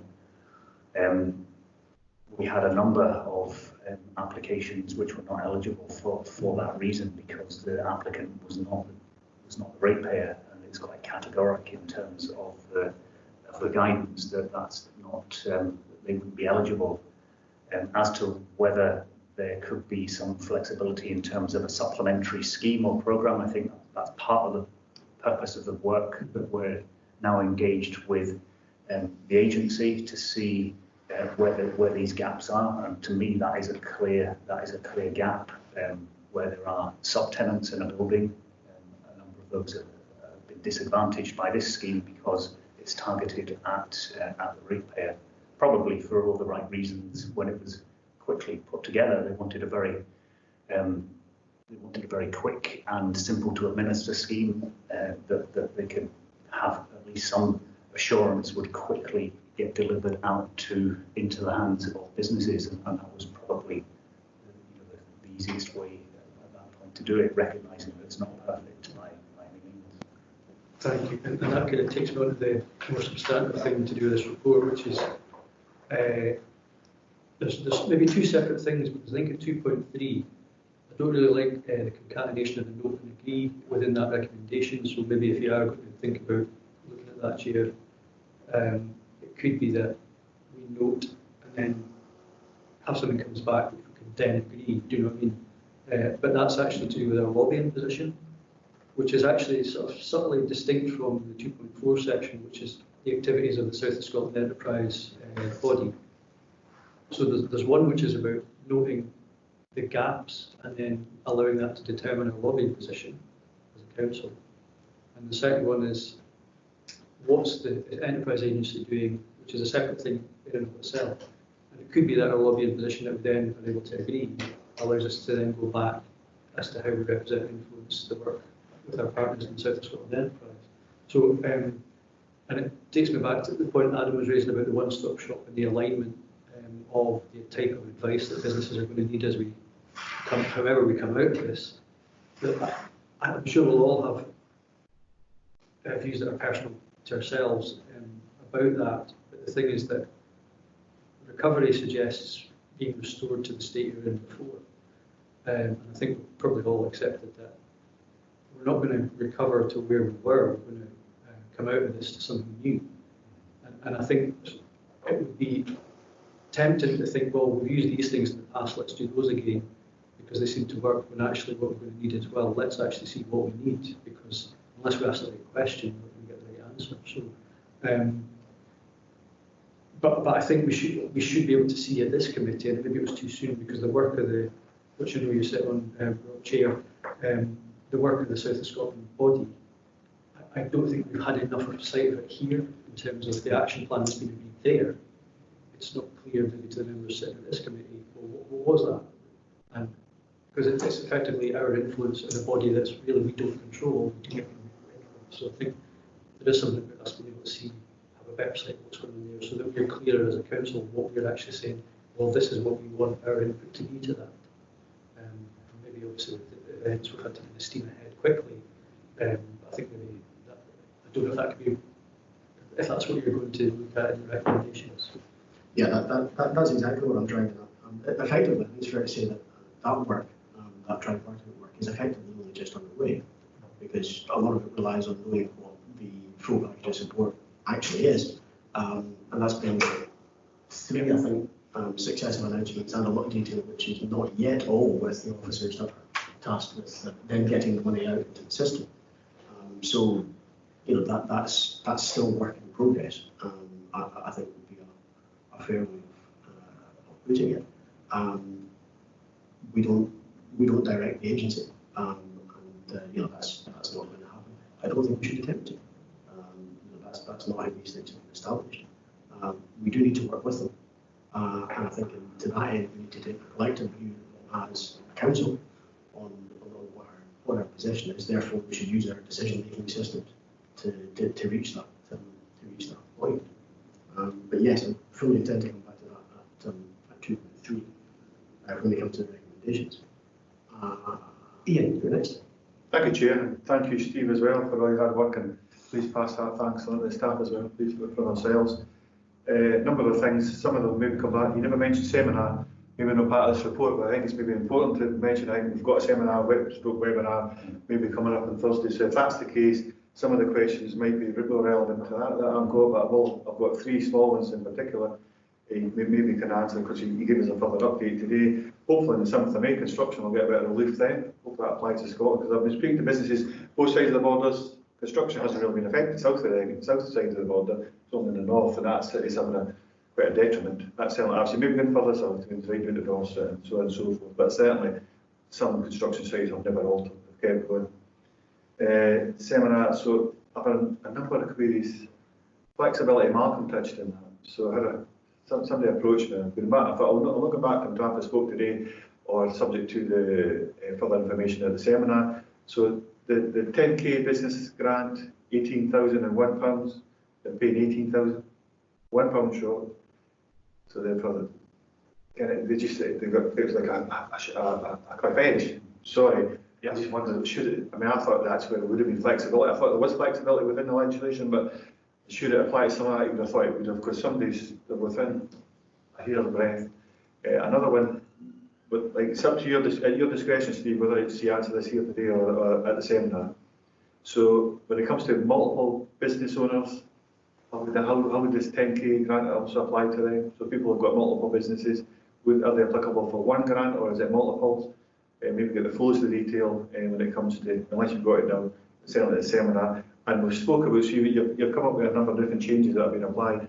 The ones we've spoken about this in the past, 51k and above, there's some large organisations in hospitality, particularly in the west of the region, they've missed out on everything, but it's important to the big employers. We want to keep them sustainable. I do think that, going back to the reassurances we've got in regards to the sums of money we've got set aside, if we candidate through the grant money we've got, we might have to apply it and go back to whether it's in Andy or North, or whether it can be applied to earlier different organisations and companies. We should be able to have a degree of flexibility. And just to add as well, what I've heard today, rather than going into the detail of what I think it reinforces, because what I'm hearing is that strategically we want to be able to have direct effect on the operational direction, what's happening operationally on the ground, and we want that feedback consistently. And going back to the point about we've agreed for the next month, Chair, one of the first things, and I mentioned things about frequency, it makes me feel even more so that we should have a weekly meeting rather than leaving the gap. That fundamental about economy, recovery of public health, an update in regards to that, and reassurances about the whole financial package should be at least 3 items. But Steve, if you didn't mind. Okay. A couple of those I can certainly provide a response to today. The cliff edge issue, absolutely, is something that we flagged up from day one. The fact that there is these absolute limits written into the guidance means that you're either eligible or you're not eligible. Again, that has been part of the feedback that we've been giving back up to Scottish Government, but at the moment there's no movement on that, and the discretion and flexibility does not apply to those parameters for the scheme, because they define the scope of the grant scheme. The only flexibilities that were embedded into the guidance were around flexibilities to make certain adjustments and changes to things like the valuation rule, but we can't change the parameters of the scheme. And I'm aware that there are, unfortunately, a number of businesses who have effectively been caught out by that because they just breach the upper limit or the qualifying limit. And that's very much going to be the starting point for us trying to influence the priorities that get attached to the funds that are going to be channeled through the agency. So the gap analysis that we did focused very much on those kind of cliff edge situations. So that's why we did the analysis looking at, well, how many businesses do we have that sit between 51 and say 100. So we've done a quantification of that, done something similar with Scottish Borders, and all of that information is getting fed into the gap analysis, which will inform how the agency prioritise their fund, but it will also inform what still is not covered and needs to be the subject of further lobbying and or further consideration by the local partners in terms of, is there any scope to resource some of these gaps? With regard to the construction sector, yeah, I mean, as you say, it's going to be absolutely critical as we kind of come through the other end of this. One of the things that the government, I know, are keen to do is to ensure that things like the planning system and the building standard system continue to function and operate during this period, so that companies can still plan for activity when they are allowed to return to site.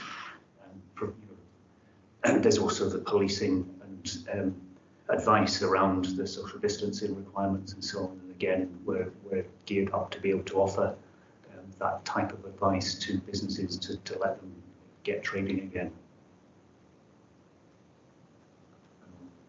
Thanks very much for that, Chairman. I appreciate that. And maybe the seminar, is that a definite go, do we think, on Thursday? And if it is, I'll pick up on the further detail then. Yeah, no, absolutely. I announced it at the beginning, so it's going to have to happen. Yeah? Absolutely. Absolutely. No, that will struggle.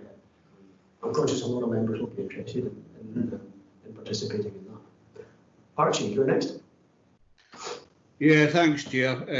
Just a couple of points, I think, and I would agree with every other member that the team have been excellent over the past 3 or 4 weeks getting those business grants out, but it's actually on that particular point. Last week, or was it the week before, there was a daily summary sent out about the percentage of uptake in the business grants, and I found that very useful to highlight the businesses, certainly within the ward. And if that's done again, that would be useful to see how much more of an uptake there has been within the wards. Just coming back to the team itself, and I know that in a lot of cases when the businesses actually apply for the business grants, that there is a bit of a discussion or email spat between the staff and them, because they potentially miss things off the application form. And I just wonder, Steve, about the resource that we have available within the team. Do we have enough? But also we need to look at environmental health and trading standards with the potential that they've got as well in the future. So just making sure that we do have the resource available within the team to continue that high standard that we've already got. Yep, Steve. Chair, through you, certainly, Archie, your first point there about the kind of more detailed analysis of grant uptake and so on, we'll certainly repeat that again. I think that was useful, very helpful work that was done by Jim Doig's cell, so we'll repeat that exercise definitely.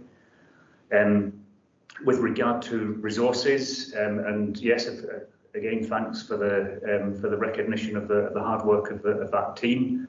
So we have supplemented the wider team as we've pulled in people from environmental health, trading standards, economic development, finance, and the financial wellbeing and revenues team have also been supplemented, because they're doing, if you like, all of the grunt work in terms of processing the applications. So I'm confident that we've got the resource currently that we need. What we're having to keep an eye on is what impact the coming on stream of the self-employed grants will have on that resource. But again, we've got other options available to us to further supplement that team. Thank you. Okay. Ivor, were you indicating? No. Okay, just double checking. Well, in that case, members, we'll go to the recommendations. I'm going to take these one by one, because we do need to amend recommendation 2.3. So, and indeed, actually, for factual accuracy, recommendation 2.1. So, 2.1, can we note the progress made in delivering the small business grant scheme as outlined in paragraph 3.6, with the value of grants awarded to date of £20.2 million, as Steve had updated this morning, and acknowledge the level of input that has been made by the staff group to achieve this progress. as well as, I think, our appreciation of the efforts. I think that would be appropriate. Can we note 2.2 as it stands? At 2.3, I'd like to suggest that we note the work that is ongoing to identify gaps in the government schemes and assistance to businesses, plural, and agree that once complete, this should come to this committee for consideration as the basis of lobbying, a lobbying position by the council and jointly working with South Scotland Enterprise and Scottish Borders Council. I would say actually you could probably just take that to agree it comes back to this committee, because then, you know, as part of the, we've alluded to this morning already, there will be some things that we as a council focus on, our resources to grow the economy and to normality. So I think that, okay, it will be used for lobbying, but it will be used for other things as well. And some of that might be carried out by us ourselves. So you could probably just agree that it comes back to this committee. Yeah, I'm content to do that. I think we understand what the direction of travel is anyway, but we're certainly not limiting it to simply being to inform a lobbying position. Yeah. I think that's a fair reflection. So members are content with that. Rob, can I just, Rob? Sorry, Stephen and then Willie. Stephen? Thanks, Rob. So yeah. So effectively, we're saying we're noting the work that's been done. Yes. And then separately, that work that's done, once it's complete, it comes back here for us to then determine and agree our lobbying. Yes. Willie? Yeah, Robin. Is that okay? Yeah, carry on. We can hear you. Sorry, Rob. No, and 2.3 in terms of what we are agreeing with regards to the lobbying, and I know Steve has said that he continues. I would like to, you know, I've made the point about the charitable organisations, particularly those in the retail trade, that they are excluded and their business is suffering as a result. And I would hope that we include that in anything that Steve's doing with the Scottish Government, and maybe come back in terms of the funding gaps or the gaps as we have analysed. Yeah, I think we can confirm that that's in the, you know, these are all issues that will be in the gap analysis, because we know that gap analysis is also changing as every iteration of new guidance comes out. So it remains a bit of a moving target. But yeah, absolutely. If they remain a gap, then they'll be in the they will be in there. I think that's the commitment that we can get. Yeah, and so Steve, sorry, if Steve could clarify the one on bed and breakfast directly, I'd be happy with that. Yeah, we'll take that as an operational action. And my memory may be faulty in that regard. I do recall seeing it in one of the announcements, I am pretty sure, but perhaps we'll take that as an operational action and we'll just circulate all members with it as as an addition. So if we're content with the amended 2.3, what I want to suggest at 2.4 is we note the establishment of short-life working arrangements with South of Scotland Enterprise and Scottish Borders Council under the auspices of South of Scotland Alliance, as outlined in paragraph 312 and 313, and that too is reported back to this committee. If members would be content with that, I think that picks up on the points that Adam and Stephen have made. And then at 2.5, we're content to note 2.5, and we are at that point. We're also agreeing to receive a further report on that, although that is slightly open-ended, but if members are content with that. At this point, it really has to be given the circumstances. And then at 2.6, we're asked to agree to extend the 3-month rent holiday to all local groups and charities and local businesses currently occupying council buildings under a lease arrangement at a cost of up to £15,500, as detailed in paragraph 311. And we intend to agree that too. Great, thank you very much, members. Thank you, Steve. Okay, thank you. Moving on then to item 8. Item 8 is Common Good Fund fishing arrangements during COVID-19 emergency, developed by Community Planning Engagement Manager and Interim Head of Democratic Services. This report is for members to consider the position on fishing in areas controlled by Dumfries Common Good and Annan Common Good Fund subcommittees during COVID-19 emergency. It's important to note that the community representatives on the Common Good subcommittees have been consulted on the proposals, as referred to in the report.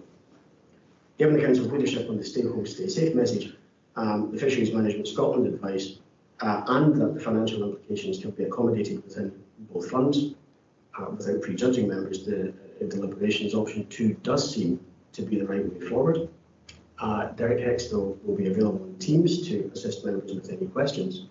I'll open this straight up to members' questions and comments. Archie?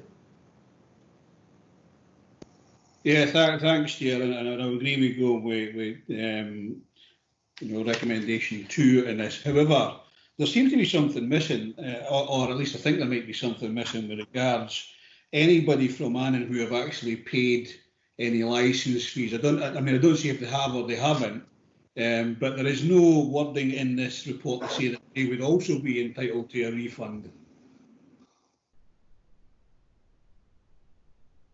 Okay, Derek, can we get clarification on that? Good afternoon, Chair, afternoon members. Yes, Annan Common Good efficiency is slightly different from the Dumfries Common Good in that the Annan Common Good hasn't actually opened yet, so we haven't actually issued any licences yet. But yeah, there would be no need to issue any refunds as yet because nothing's been issued. Thanks, Derek. Archie, does that address that one? That's fine, thanks very much. Thanks, Archie. Ivor? It's within the report, it says that we're going to be contacting the relevant fishing boards with regard to the annual rates valuation, see if we can get a wee bit back or whatever. Could Derek, when he does that, also ask, will the fact that we won't be fishing the rivers if we all go for option 2, will that affect our statuses as whether it's catch and release or if we can take a fish or whatever, or is that being taken into account by the boards? I see what you mean. Derek, anything that you can add on that point? Yes, Chair, I understand the point Councillor Hislop's raising, and we'll take that up with Scottish Government directly through Marine Scotland around the catch and release status. Currently we are catch and release only in both the Annan and in Dumfries, and so certainly we would need to take that up because it's based on a 5-year average, and obviously if we're not catching fish during this crisis period, then that will have an impact. But I'm sure that we can certainly take up those conversations with Marine Scotland and the fishery boards. Thanks. Thanks, Derek. I just wanted to ask it at 3.8.6. So it recommends that an approach be made to the fishery boards in terms of waiving the rate of value levy. Clearly, that's a matter that's essentially within their gift to decide whether they will do it or not. Have we had any indication from them as to what their position is likely to be here? I have asked the question, Chair. They have not met to discuss the impact of the COVID-19, is my understanding. So they weren't able to give me any update prior to this meeting, but it's certainly conversations that I will be having with the Fishery Director and the board in the Annan District Salmon Fishery Board around the implications or the impact of these decisions to the common good. Okay, thanks for that, Derek. I think it's important that it's raised. I mean, not least given the reasons that we're making the decision. Clearly, we've looked for other bodies to have those in mind when they're making their own decisions consequent to them. Perhaps leave that matter as it stands for a moment and see what they come back to us with. So members, we go to the recommendations. At 1, we're asked to consider the options, which I think we've done. And at 2, to agree to option 2 as set out in paragraph 3.7.2, and the proposed approach to the fishery boards is set out in paragraph 3.8.6. Are we content to agree that? Sure. I mean, broadly, yes. I don't sit in either common good normally, but obviously the intention is to not put any burden on it because you can't issue licences or there's issues to do with that. People are out of pocket. I think it would be in keeping if the common goods took the view that, well, the fisheries board should take a similar view, really, and that whatever statement that we do at 3.8.6 sounds conversational rather than official. Just to sort of say, well, look, you're taking this because we think it's the right thing to do. We would be very pleased if you could do the same, given the circumstances. So because it seems that it's within their gift to do, but maybe they should be guilted into doing it. Just my view, Chair. So, I take the point, Stephen. I think that might be a difficult recommendation to draft. yeah. In terms of keeping it clear. Ivor? Just a point of clarification. Can Derek remind us, for this year's assessment, are we assessed at the 8,000 or are we assessed at the, is it about 20,000, then we get a rebate for the NIT board? And if they can't do their development work, will our assessment still be at the 8,000 or will it be at the higher rate because they haven't got money in that they usually get in consultancy fees? Derek? Yeah, Chair, happy to come in. The information we've had from the board is that the invoice or the levy for this year is based on last year's consultancy income. So the invoice is already in for the £8,000 for the Dumfries Common Good. That the normal or the actual rateable value is about 20,400 and odd pounds. But we get a rebate for other members' information. We get a rebate based on consultancy income that the Nith District Salmon Fishery Board staff undertake, and that reduces the actual payment to the board to about £8,000. So we're at the moment, the cost would be around the £8,000, Councillor Hislop. So if there's no other member, Jane, I know that you're having some difficulty in hearing the audio. Can you still hear us?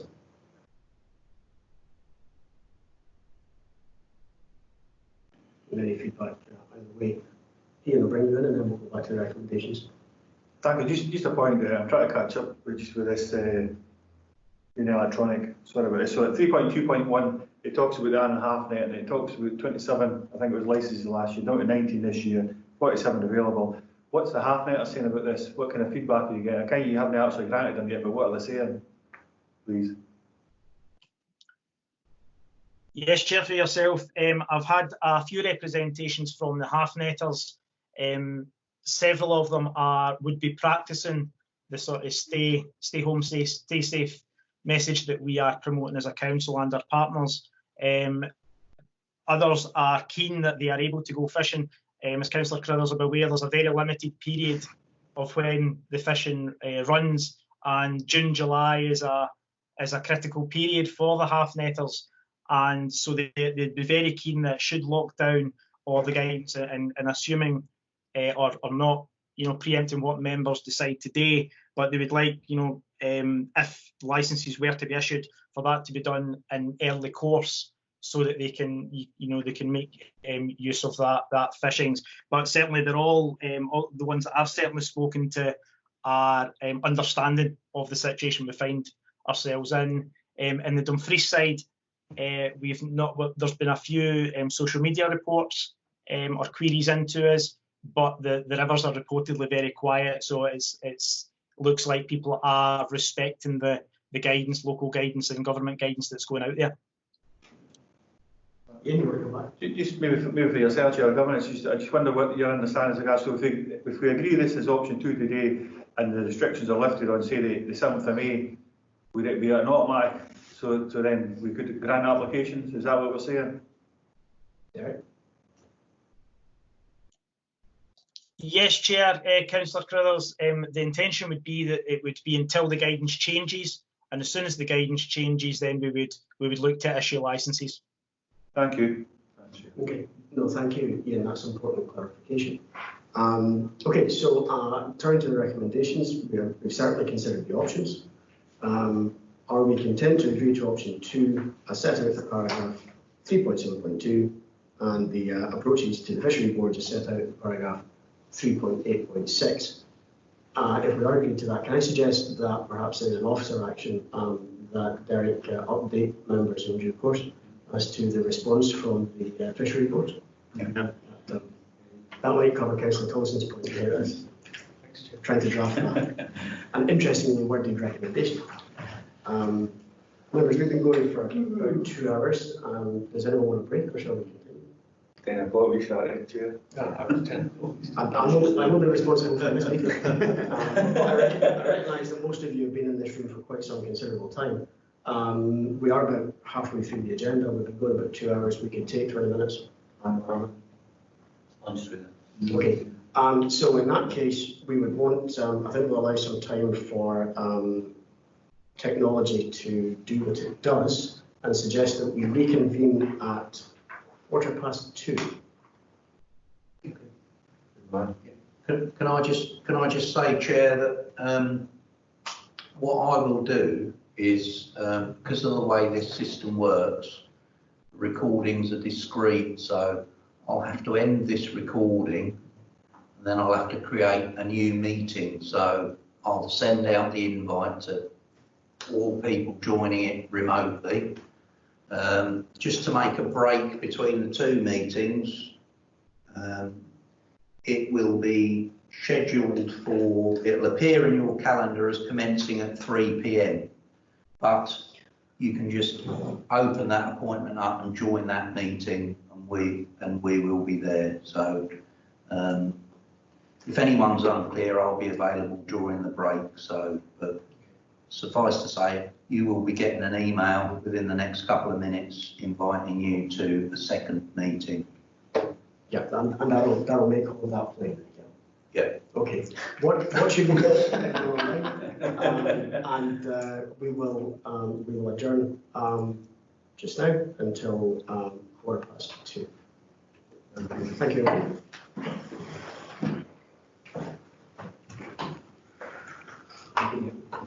You're making it look easy.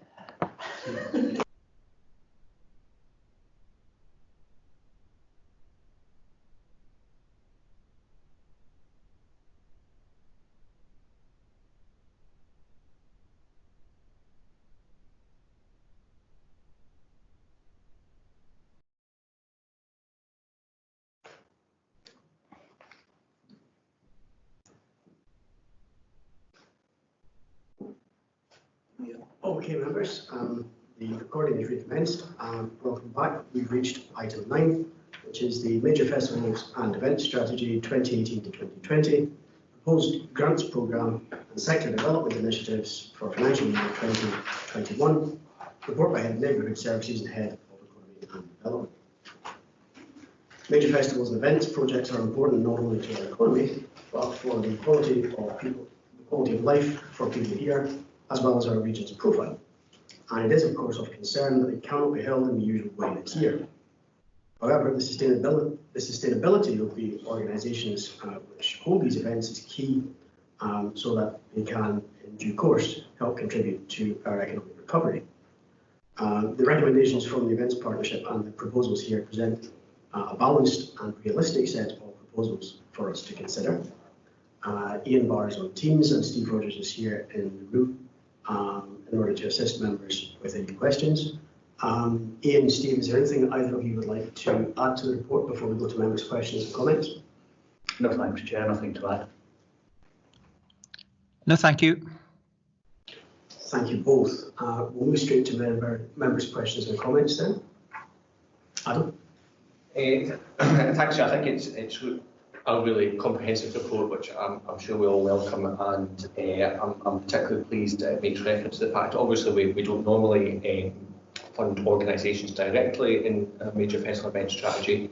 It is more to actually help fund specific events that take place, but obviously given the current circumstances that we may need to be flexible in order to help those events and organisations to continue. So I'd just like to thank the officers for pulling together this report. Obviously, that there is still some outstanding issues, but I think it is good to see some early information, particularly on those events that have made decisions already, and I appreciate that over the next couple of weeks there will be other events that make decisions as to whether they postpone, go ahead, or actually how they survive and continue to operate next year. Thank you. Ivan? Similar point, do we need to actually look at the MFES budget and how we apply that, because of the fact that some of the money that will be being paid out will be for core costs, and it quite clearly states that we don't pay for core funding. but we're paid for events. So do we need to change that when we come to the recommendations? Because I think we do need to keep the organisations going. I must admit, you know, if you're paying something, you would be paying for the event. If they don't happen, you would think money would still be there. But I do realise that they need more running costs just now. So do we need to change that within the recommendations? I certainly think it's right that it's highlighted. Whether there's a requirement to change that as the normal criteria, I think is maybe a moot point, because I think realistically we're making these decisions in exceptional circumstances, and they are probably not quite exactly what we would normally do because we would resource an event. So perhaps it might be sensible for us to reflect somewhere that the basis on which we're making these decisions is in recognition of the fact that we're in different times to how we would usually both disperse the grants and expect the organisations to operate. My thinking behind that is simply that if we change the scheme, we then have to change it back again once we know what the new normal looks like. It's members' discretion. It's absolutely right. And I think just in terms of responding to the basis that we've done it. Okay, Willie, you're next.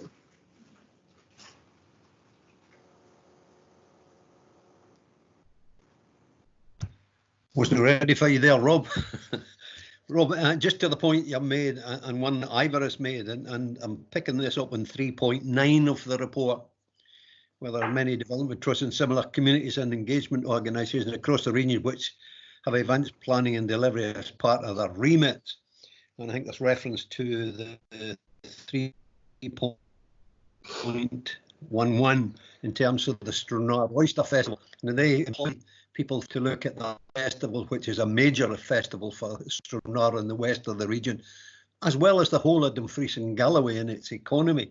And it's obviously still keeping employees on just now, but they have to determine whether they're going to go ahead mid-May with this year's.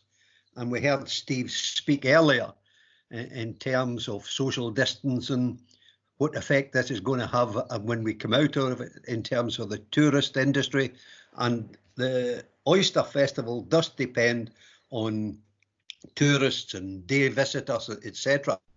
So, you know, if we don't fund, and I know Ivor referred to there, we don't core fund, but if we don't do it this year, they could fold. And it's no saying that they'll pick up again next year. So I think we've seriously got to look at that in terms of what do we do for these organisations where these events are becoming a major part of Dumfries and Galloway, as they should be. I think that's what we should be marketing our area as an events area, and the Cornwall of Scotland. But we do need to support these groups as they go forward, and maybe not be able to put on the event, but still be there for next year. Steve, is there anything that you want to pick up? Chair, yes, thank you. Just really tying those two points that have already been made together, I think it is critically important that we do find ways to continue to support and fund these organisations, because as has been recognised, they will be critical to the future. I think the official terminology is reset and recovery rather than just straight recovery. So they will be important to the local economy going forward. We do have mechanisms that we use in order to regulate our relationships with the events management organisations, whether that's service level agreements or funding agreements, and these do contain requirements in terms of what type of work and activity we would like to see being done and developed in return for the funding. And we'll continue to be flexible, I think, with that.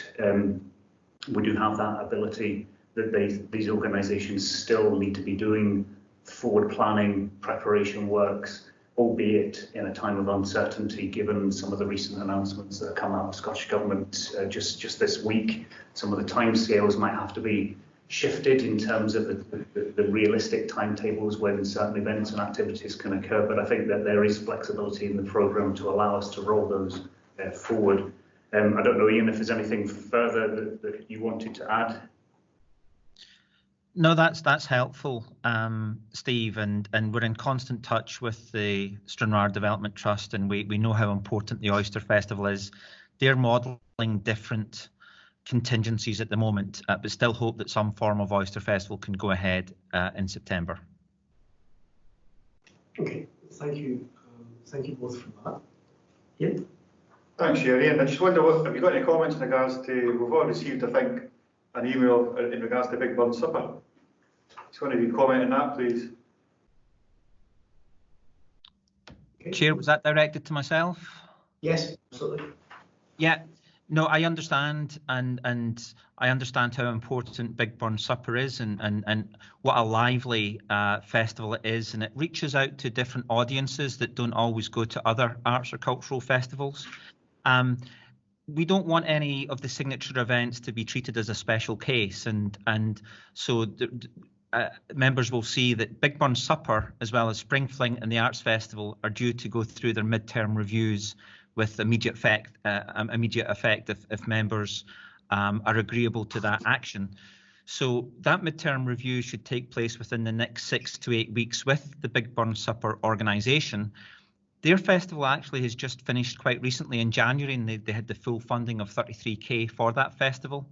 We don't revenue fund the Big Burn Supper organisation. We fund the festival, which is due next in January 2021.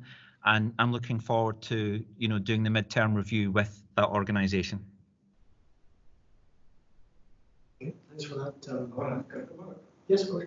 Thanks, yeah. So I suppose what I was wondering, because you'll have seen the email, I'm sure, and I would say there's claims in there that actually they could become unsustainable, and they feel that this mid-term review's inappropriate to a point. Is it appropriate? Maybe more of a question than a point. So, taking that into consideration, do you feel it is an appropriate time still to be undertaking this type of review, and what's the chances of this having a real effect on their sustainability going forward?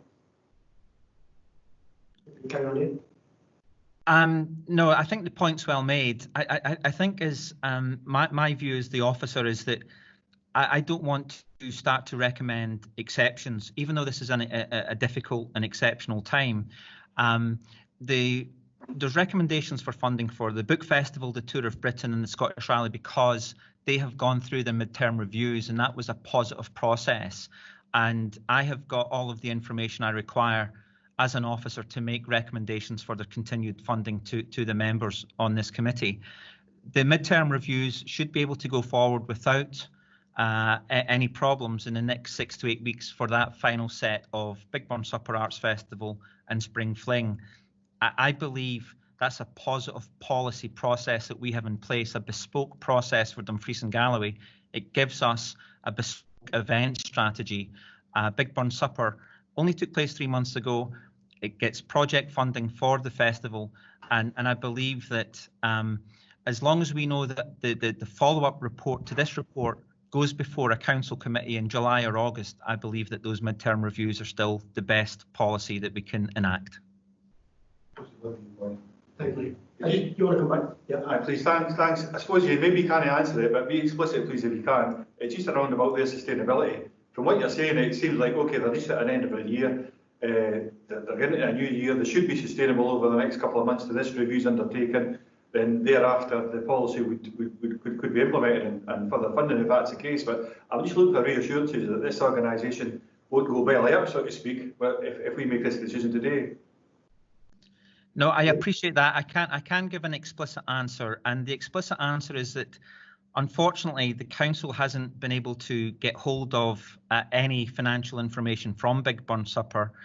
They were circulated along with the other signature events 10 days ago with the short questionnaire to signature events from the council asking what was the current status of their financial information, could they send us their accounts.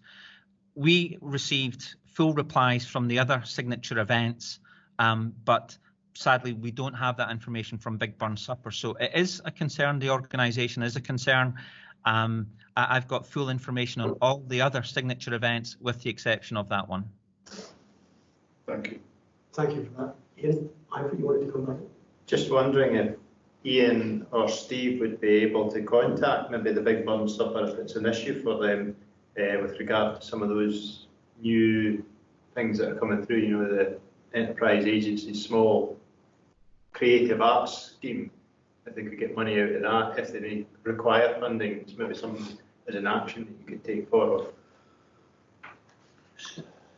Yeah, we'll certainly, Chair, through you, we'll certainly take that up. And I know that Ian is in regular contact with all of the events management organisations, particularly the ones that deliver the signature events. And as Ian says, you know, we have attempted to establish the current viability and trading position of all of them by sending out that short survey. So we'll follow that up with them to ensure that we get a response to it, but also at the same time offer broader advice in terms of where there might be other suitable sources of funding that they could be looking at through various. I think Creative Scotland have got a number of funding streams that they have launched to support the creative sector, as has now the Enterprise Agency. I think that's right. There are bespoke funding streams available, and certainly it would be helpful for us to be able to make decisions in the receipt of the financial information, because we have asked for it for the best of reasons. I think it would be fair to say. Derek, Thanks, Chair. Just for members' assurance, one of the first groups that I personally received contact from about 3 weeks ago was the Big Burn Supper. And just to assure members, they have been signposted all of the options that are available and reaffirmed the Council's commitment to take any responses with the fullest speed and urgency, because we clearly value their contribution and the wider creative industry. So it's just to assure we have been in dialogue and we remain committed to being in dialogue. We share members' commitment to this. I think that is an important reassurance that we've had, which I welcome. Members, have there any other questions or comments? Pause for a second, just in case there's anyone online that's about to type into the chat box. It appears not. In that case, can we go to the recommendations? 2.1, we're being asked to approve funding of 178,000 over financial years 2021 and 21-22 to the Scottish Rally, Routine Book Festival and Tour of Britain signature events as detailed at paragraph 317 of Table 1. Are we content to approve that? At 2.2, we're asked to approve the release of final grant payments to Upland CIC for the Council 2020 Spring Fling and D&G Arts Festival for the Council 2020 Arts Festival. Those payments, as outlined in the recommendations and as detailed in paragraph 3.8. Yeah. Just in regards to that one in particular, it is a theme right through, and I think we're very supportive of funding these organisations, but what's contained within 3.7, paragraph 3.7, I was already alluded to it. I think to make sure we have got the reassurances that we're okay to core fund these organisations with that piece being there. Derek? Happy to offer advice, Chair, to the members, and maybe you would wish to have an additional recommendation, which is to note reasonable discretion will be applied to funding conditions in 2020-21. And that way we can apply that as Steve has earlier indicated. Members being hold it as a separate additional recommendation. Okay. So 2.3, asked to approve funding of 66,000 in total over financial years 2021 and 21-22 to the 6 successful applications to the Major Events Strategic Fund as detailed in paragraph 3.38 and Table 2. Are we going to approve that? 2.4 to approve 42,000 expenditure on Major Festivals and Events Strategy 2018 to 2021 sector development initiatives. That's at paragraphs 3.44 and Table 3. Are we content to approve that? Yeah. At 2.5, we're to agree to receive a further report on the signature events midterm reviews on the Big Burn Supper, D&G Arts Festival and Spring Fling as detailed at paragraphs 325 and 326. I think potentially we could also note the undertaking from officers that advice will be offered in terms of the additional external sources of support for the creative sector that they may be able to benefit from. And then I think we have a 2.6 there. Sorry, Rob, you were coming on to 2.6. You agreed to receive a further report on the signature events in terms of the review. Just on the point I made in terms of ones who we don't know what's happening with their event, will this be included in a future report? Like, for instance, the Oyster Festival? Or is you coming on to that in 2.6? I wasn't coming on to that explicitly for 2.6, but can we get some clarification on Willie's point? The intention, Chair, would be to bring further reports back as and when the situation becomes clearer with the cancellation or postponement of some of these events and the reprofiling of the budget. Okay, so certainly that could be noted in, if that could be put in the recommendations, so we have a trail on that, Rob, please. Okay, so we could add to 2.5 that report will also include updates on other festivals and events, the status of which is currently unclear. Would that cover matters? I see general agreement. And then 2.6, there you had a wording. You're happy, Chair, through you, that just simply to note reasonable discretion will be applied to the conditions of grants awarded in 2021. Members content with that? Excellent, thank you very much. Thank you, Ian and Steve. Moving on to item 10 is the Economic Development Asset Class Capital Programme, a 1920 monitoring report, report by Head of Economy and Development. The purpose of this report is to provide members with an update on expenditure and progress within the Economic Development Asset Class Capital Programme as of 31st December 2019, and to provide an update on progress of submissions to the Scottish Government's Regeneration Capital Grant Fund and allocations to the Town Centre Capital Fund.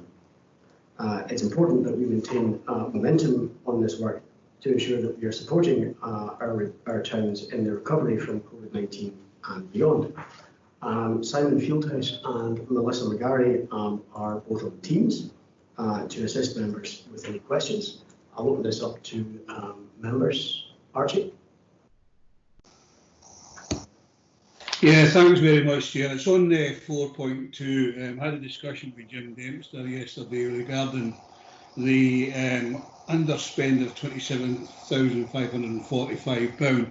He believed in December that there was a figure of around £68,000, and he wants some clarity on that, please. Okay, Simon or Melissa, who's going to take that one? Hi, I can take that one.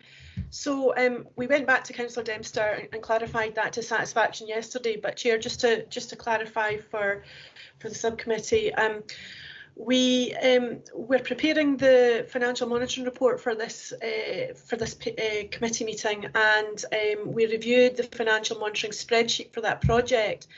And what happened was that we detected that there was an error in the spreadsheet where the formula that would automatically calculate the outturned spend and therefore any potential underspend or overspend, the formula had been compromised, and so therefore an error had been giving us the wrong figure for some months. So when we rectified the error that was in the spreadsheet, what happened then was that an up-to-date and accurate figure was provided to us, which is the figure that's in the report. Okay, thanks for that. Archie, you want to come back? Thank you. Okay, Steve? Yeah, thanks, Chair. It's a related point, I think, but I think there was a question arising from that ward why Kirkconnell and Killahome community councils weren't included in the Upper Nithsdale regeneration, and it was only Sanquhar. I'm just wondering if there's any detail on that. Yes, thank you, Chair. So the Upper Nithsdale Gateways project was originally identified in the Upper Nithsdale Regeneration Plan back in 2016, and a budget of £220,000 was allocated towards it.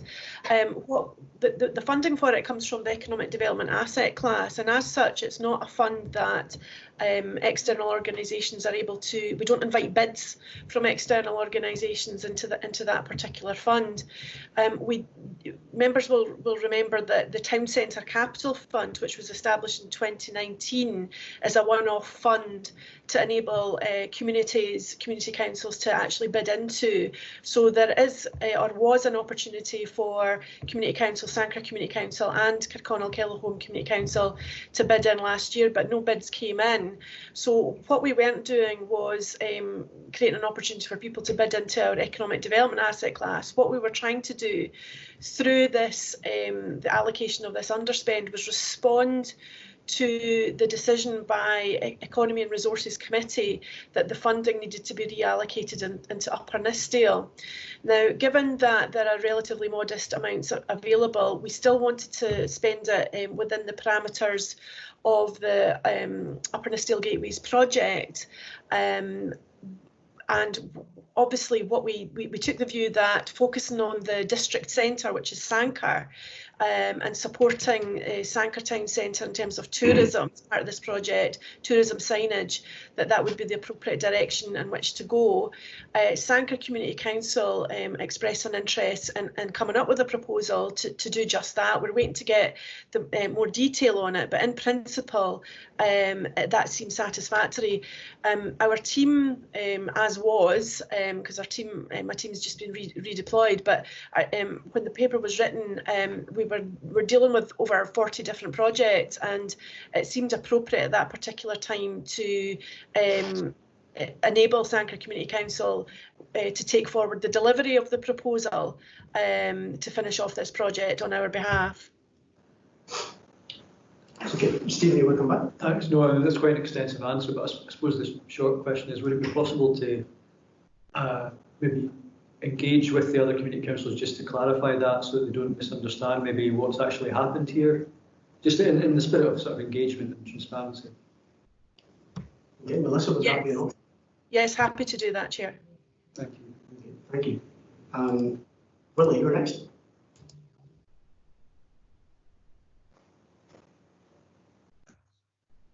Thanks, Rob. I'm obviously looking at Appendix 2 to the report, and there's a number of questions in here. I'll start with the one on Stranraer Cars programme, and obviously this will relate also to the Dumfries Cars and anywhere else where we have businesses suffering now under the COVID-19, and we don't know what their recovery is going to be. Will this have an impact on the cars programmes, both in Stranraer and Dumfries, in terms of businesses having the ability to meet any of the contribution they have to make? That would be my first question. My next one is on and there's a number of references to the Stranraer Vision Action Plan, the waterfront. There is no reference to the East Pier other than through perhaps the Borderlands growth deal and the 16 million that was earmarked and still to be confirmed whether we have got that for the marina. And then we have the George Hotel. Now, I don't expect the report to say that we're progress or that there's been any progress since the lockdown. But we could do with what is being done to these so that we can hit the ground running. And I'll come back on that in terms of hitting the ground running on another issue. So the three issues here are the Stranraer or the cars projects throughout the whole of Dumfries and Galloway, the vision, and there's reference to an officers, the SMART group becoming an established advisory group. But, you know, who is the commissioning group or commissioning team, and where does the members, what part does the members play in that in terms of ward members and the committee in terms of making decisions and so forth? I know Archie has spoken to this in the past. So a number of questions there, Rob. Okay, thank you, Willie. Melissa, can you take those?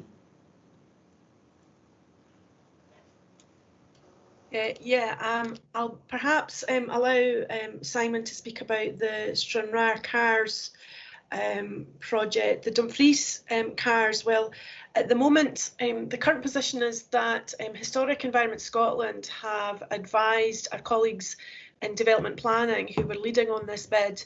They've advised them that Historic Environment Scotland are deferring a decision on the application for Dumfries Cars funding until June. of this year. So we're not going to hear for a wee while yet. And at that point, I think what we want to do from economic development's perspective is work closely with our colleagues in development planning to look at a more granular level at the detail of the project and how they're actually going to be worked up and what the potential impact from the the economic crisis would be. The George Hotel project, the situation there was the officer I had working on that was doing some research on a whole range of different potential end uses. It wasn't being particularly fruitful, but we did have one other opportunity that we wanted to look at, and that would have required engagement with a registered social landlord that's got significant town centre regeneration experience. A meeting was scheduled to take place between senior council officers and them just in the week of the lockdown, so regrettably that had to be postponed, but we want to reschedule that and pick up that thread again if we possibly can. In terms of the role of the elected members, we've not procured the ITQ yet for the Stranraer Vision and Action Plan. That piece of work was being led by an officer who's currently working as part of the business support team that is part of our COVID-19 response. But what we are looking to do is to pick that up as soon as we can and take that out to market. The role of the SMART group is advisory. It's not commissioning at all. It's the council that commissions that piece of work. The contract would be between the council and the whoever was the successful tenderer for that commission. The work plan would be agreed with the council. The outputs would be agreed with elected members and signed off by elected members. So it's not an external organisation who are going to have control over that commission. It's actually ourselves that will do that, and elected members that will be able to do that. What I'll do is I'll hand over to Simon now to give you an update what's happening with the marina and the cars as well. Thanks, Melissa. Okay, carry on, Simon. Thank you, Chair, through yourself. In relation to the Stranraer cars, I've spoken with Pam Taylor, the project officer, who has been in contact with Historic Environment Scotland to look at obviously the impact that COVID-19 is having obviously on some of the car schemes across the region. We're still in the process of bottoming out exactly how we look at moving that forward, but there is talk potentially of being in the position to extend possibly up to 12 months to allow us to obviously look at how we can continue to take that project forward and ensure obviously that we can deliver some of the outcomes. Part of that discussion, I'm aware, is obviously looking at obviously the requirement for private individuals to obviously contribute towards the match funding of the scheme. We're still waiting for clarity on that, Councillor Scobie. So if you're happy, I can, as soon as we've got that information from Historic Environment Scotland, I can come back and give that to you directly. In relation to the East Pier, the marina work at this moment in time is focusing on developing the marina in line with the Borderlands function. We have committed to obviously looking at the East Pier in terms of some tidying up that could be done. And I'm aware that obviously high-level discussions have taken place with Stena. Those haven't been progressed any further at this moment in time. And the focus at this moment in time is obviously developing the business case for the Borderlands Stranraer Marina project that's due for June this year. Okay, thanks for that, Simon. Can I ask actually that the updates with regard to the car schemes potentially are circulated to all members? Whether it's all members who wish to see them or members of ENR, let's err on the side of all members. It strikes me that there is potentially an issue there in terms of the funding that an applicant would generally speaking be asked to contribute, because we may be in a situation where you have people that just don't have that money as a result of all the other pressures that the entire economy in the region is under. So I think it's perhaps something we don't want to lose sight of. Willie, do you want to come back? Please, Rob, and thanks for your contribution. That's very helpful, because I think we do need to know what's happening with these schemes, these car schemes, in terms of the way that we come out of this whole economic situation. So that would be helpful, Simon, if we could get a report, and Melissa, on the actual car schemes and be kept up to speed with that. Just on the other issues, Melissa, I'm not quite sure who the commissioning team is or are in terms of, because you say the members ultimately will have the decision to make, but who is the commissioning team that's working on this just now?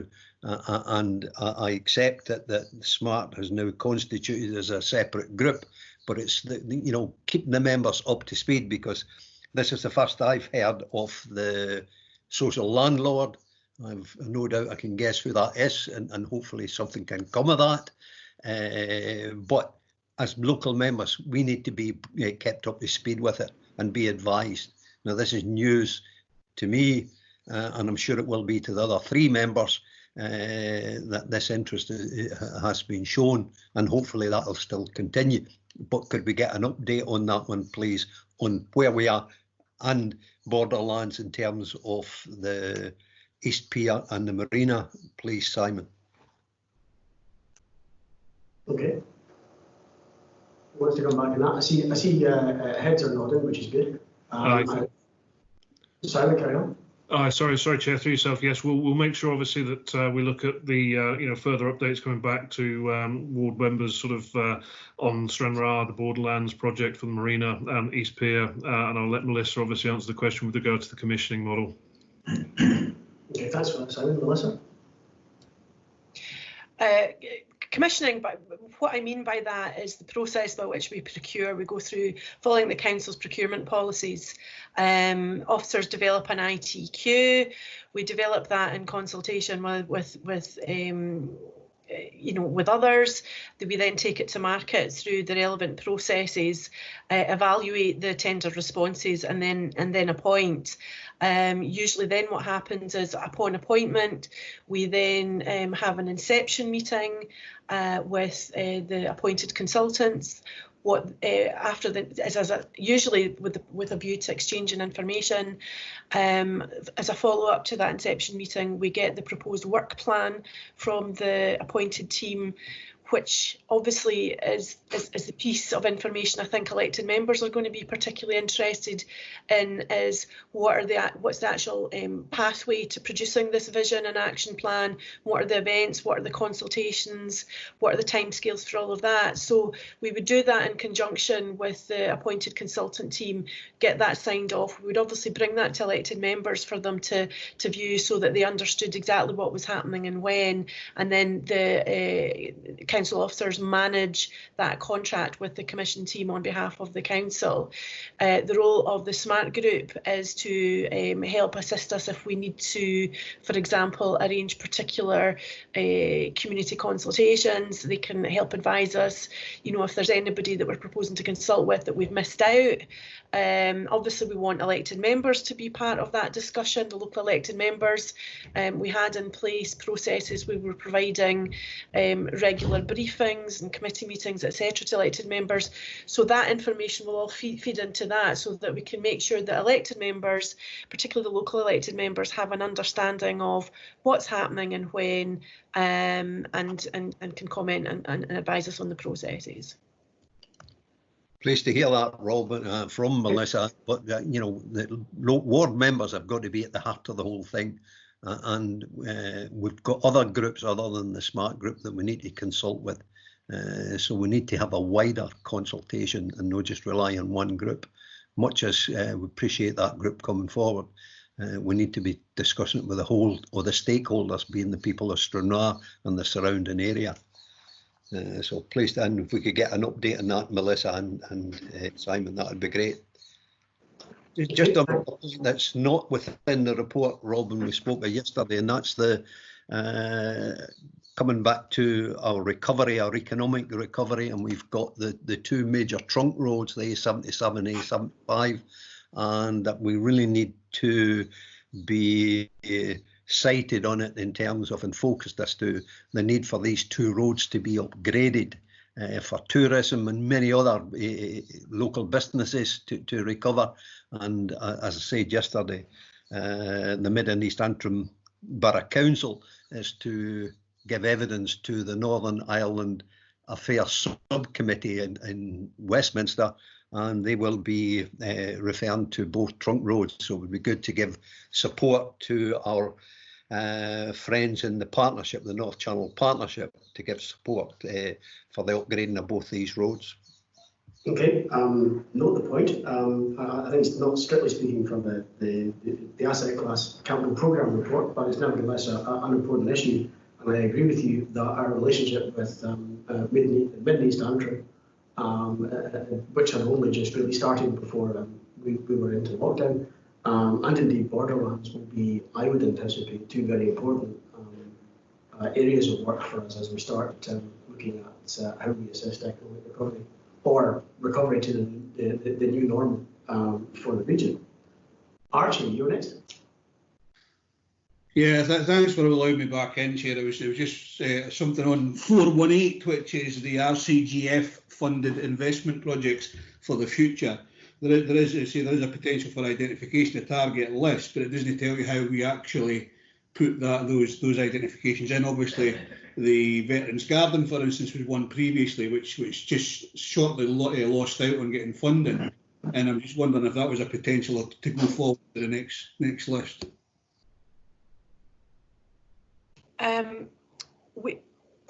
At the end of the day, it's for the elected members to decide, and what we plan to do is to bring proposals of all the expressions of interest that we've had in this fund to elected members to enable them to make that decision and also to rank them in order of importance, because if we make multiple submissions to the Scottish Government in June, because the call for funding and the call for applications has actually just been issued, so we've now learned that the stage 1 deadline this year is the 19th of June. So we plan to bring forward details of the proposals that we've received. Now, if the Veterans Garden approaches us and say they wish to submit a stage 1, we will bring that to elected members to enable them to decide if that's what they want us to do. I think the key issue with the Veterans Garden is that it doesn't really fit with Regeneration Capital Grant criteria. There are more likely to be other sources of funding that it would fit with.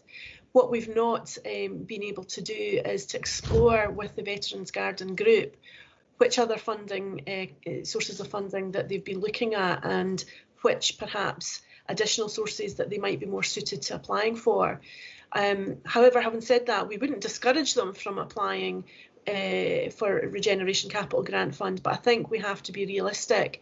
It's not something that is likely to be supported, but there's no harm in trying. If elected members want us to do that, we will, do our best to put together a very strong application for them.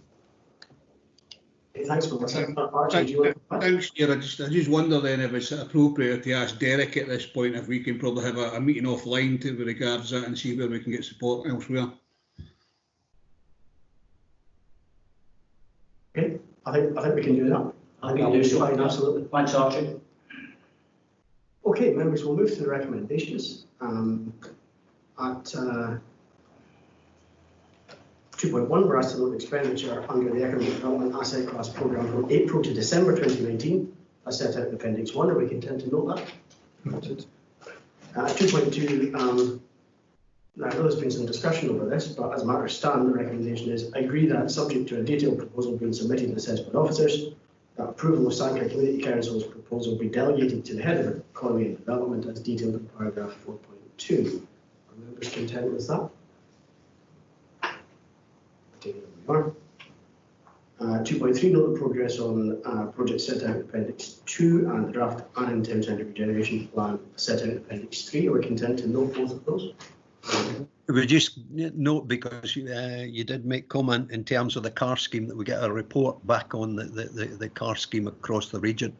Put that in the recommendations, just, as businesses come out of this economic recovery.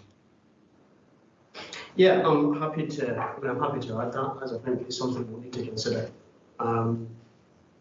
Again, I would suspect we know there have been issues with uptake in Stranraer, and clearly the freeze situation is yet to be clarified. So we could add that, I think, quite usefully, if members are content with that.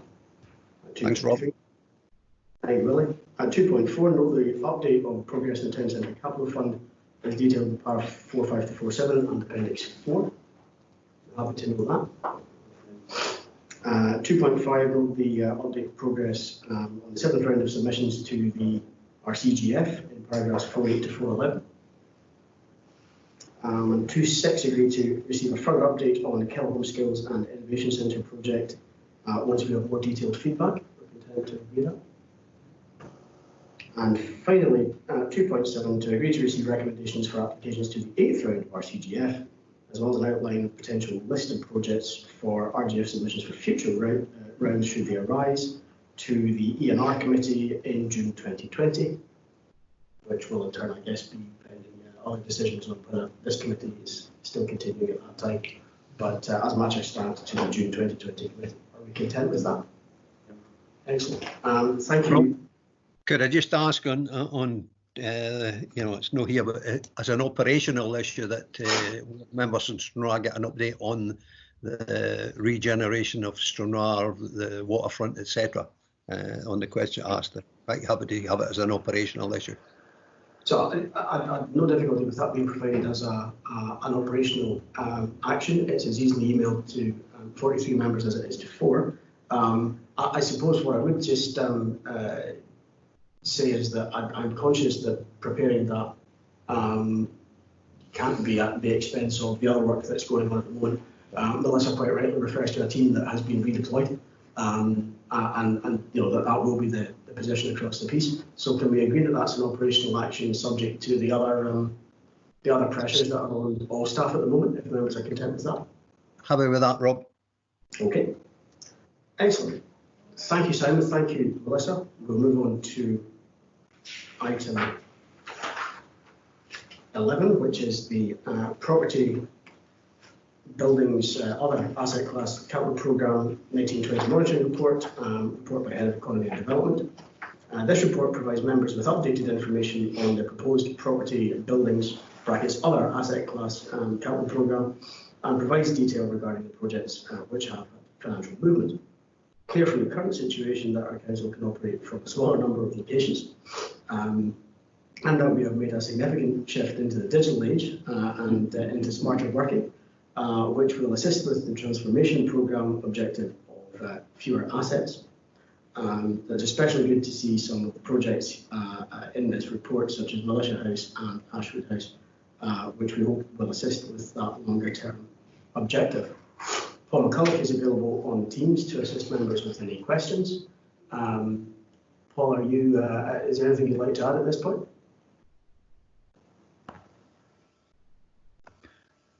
Thank you, Chair. Nothing to add. I'm happy to take members' questions. Thank all members. Any questions or comments?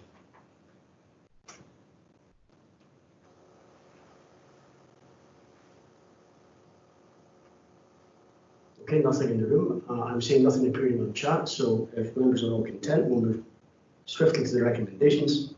Can we note at 2.1 the financial and physical progress of the projects, which is currently forecast to utilise the full allocation as reflected in the appendix. 2.2 agree the project variances across the programme as identified in the appendix. And at 2.3, agree the budget environment of 119,000 from the rolling programme of electrical services, upgrades to decrease asset plan office focus for the work in respect of the substation of Militia House. That's at paragraphs 3.3 and 3.5. Agreed. Thank you very much. Thank you, Paul. Thank you. So item 12 is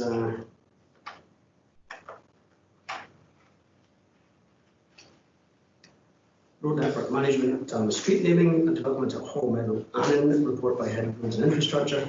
This report asks members to consider the naming of the new roads being formed at the development at Hall Meadow Annan as per the attached plan. It's in the appendix, so that next steps in development work can be progressed and the houses subsequently made available for habitation. Graham Allison is available on Teams to assist members with any questions. Members, have we any questions or comments on this one?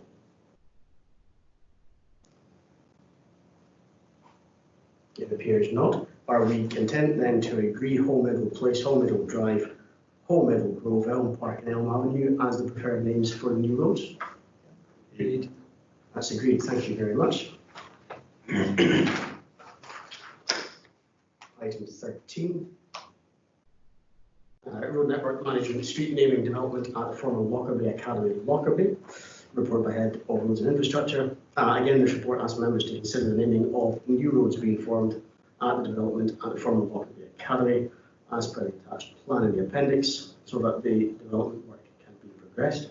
Graham Allison is still with us to assist members with any questions. Are there any questions or comments on this one? It appears that there are not. Are we content then to agree Academy Place as the preferred name for the new road associated with the development? Agreed. Excellent, thank you very much. Item 14 is items of urgent business, of which I have 4 items of business, which are agreed by the Chair, are agreed by the Chair to consider at this meeting and have been circulated to members.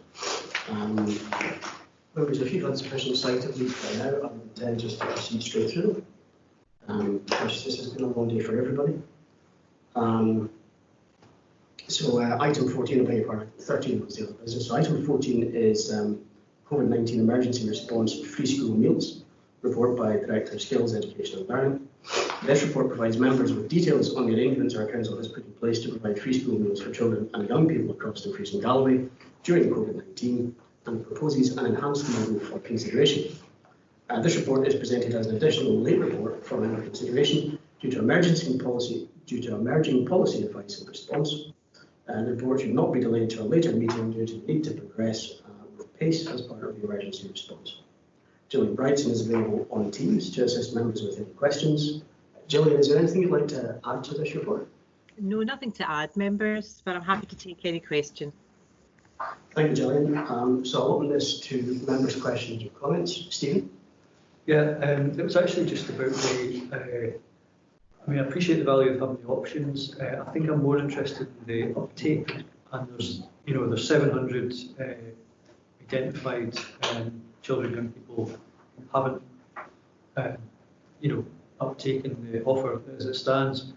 It doesn't really say that the options will actually allow that to fulfil the complete uptake. It just means that people will have options. I'm just wondering if you can maybe explain that a wee bit more, because obviously we want everybody who is entitled to get it. Okay, thank you, Chair, through you. Not everyone who's eligible normally takes their free school meal, but we feel that offering an anonymous and probably easily accessible benefit would provide an option for those who don't currently take their free school meal. They may not wish the food that's offered. They may not wish in peacetime. They may not wish to stay in school at lunchtime. So there are lots of reasons why people don't take the benefit that's offered to them, but we feel the option of cash, following the advice of the Child Poverty Action Group, would try to encourage those who were eligible for this benefit. Thanks, Gillian. Malcolm, we've noted your declaration of interest. Thanks. Is there any other member? Ivor? How do we guarantee that £17.50 cash actually is delivered to food for the children? We can't.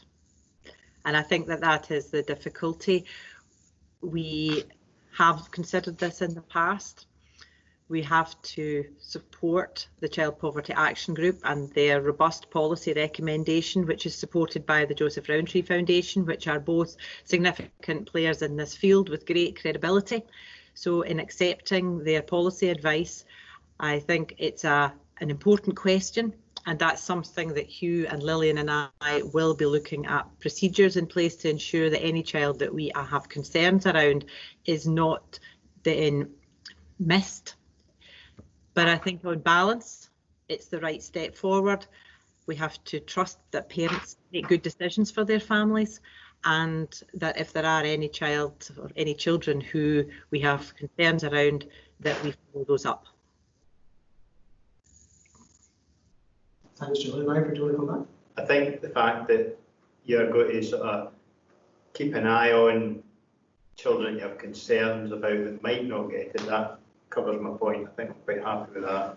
Because I hate to think that we're giving money out and that child isn't benefiting from the food and therefore is going hungry, but the money's getting spent. I think it would be a very low percentage if it would actually equate to 1% of the people, but you never know, there's somebody out there might do that. Okay, thank you, Ira. Willie?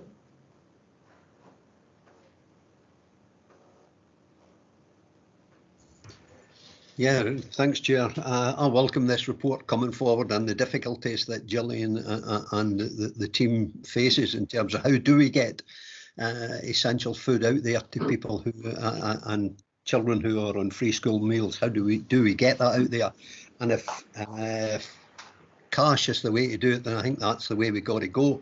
And I think, as Gillian has pointed, if on balance it's right to do that, then I think we should, because let's face it, if they were going to spend it, they would find a way of doing it anyway, and that's not in the children. So I think we've got to make sure that we're getting it to the people who need it, and that's the kids who are on free school meals. So I would applaud you, Gillian, in coming forward with this, and your suggestion has been put forward by the Child Poverty Action group, that this is the way to do it. So I would support this. Thank you, Willie. Any other member? Jennifer, myself. Jane, beg your pardon. Just saw that coming now. Jane, carry on, please.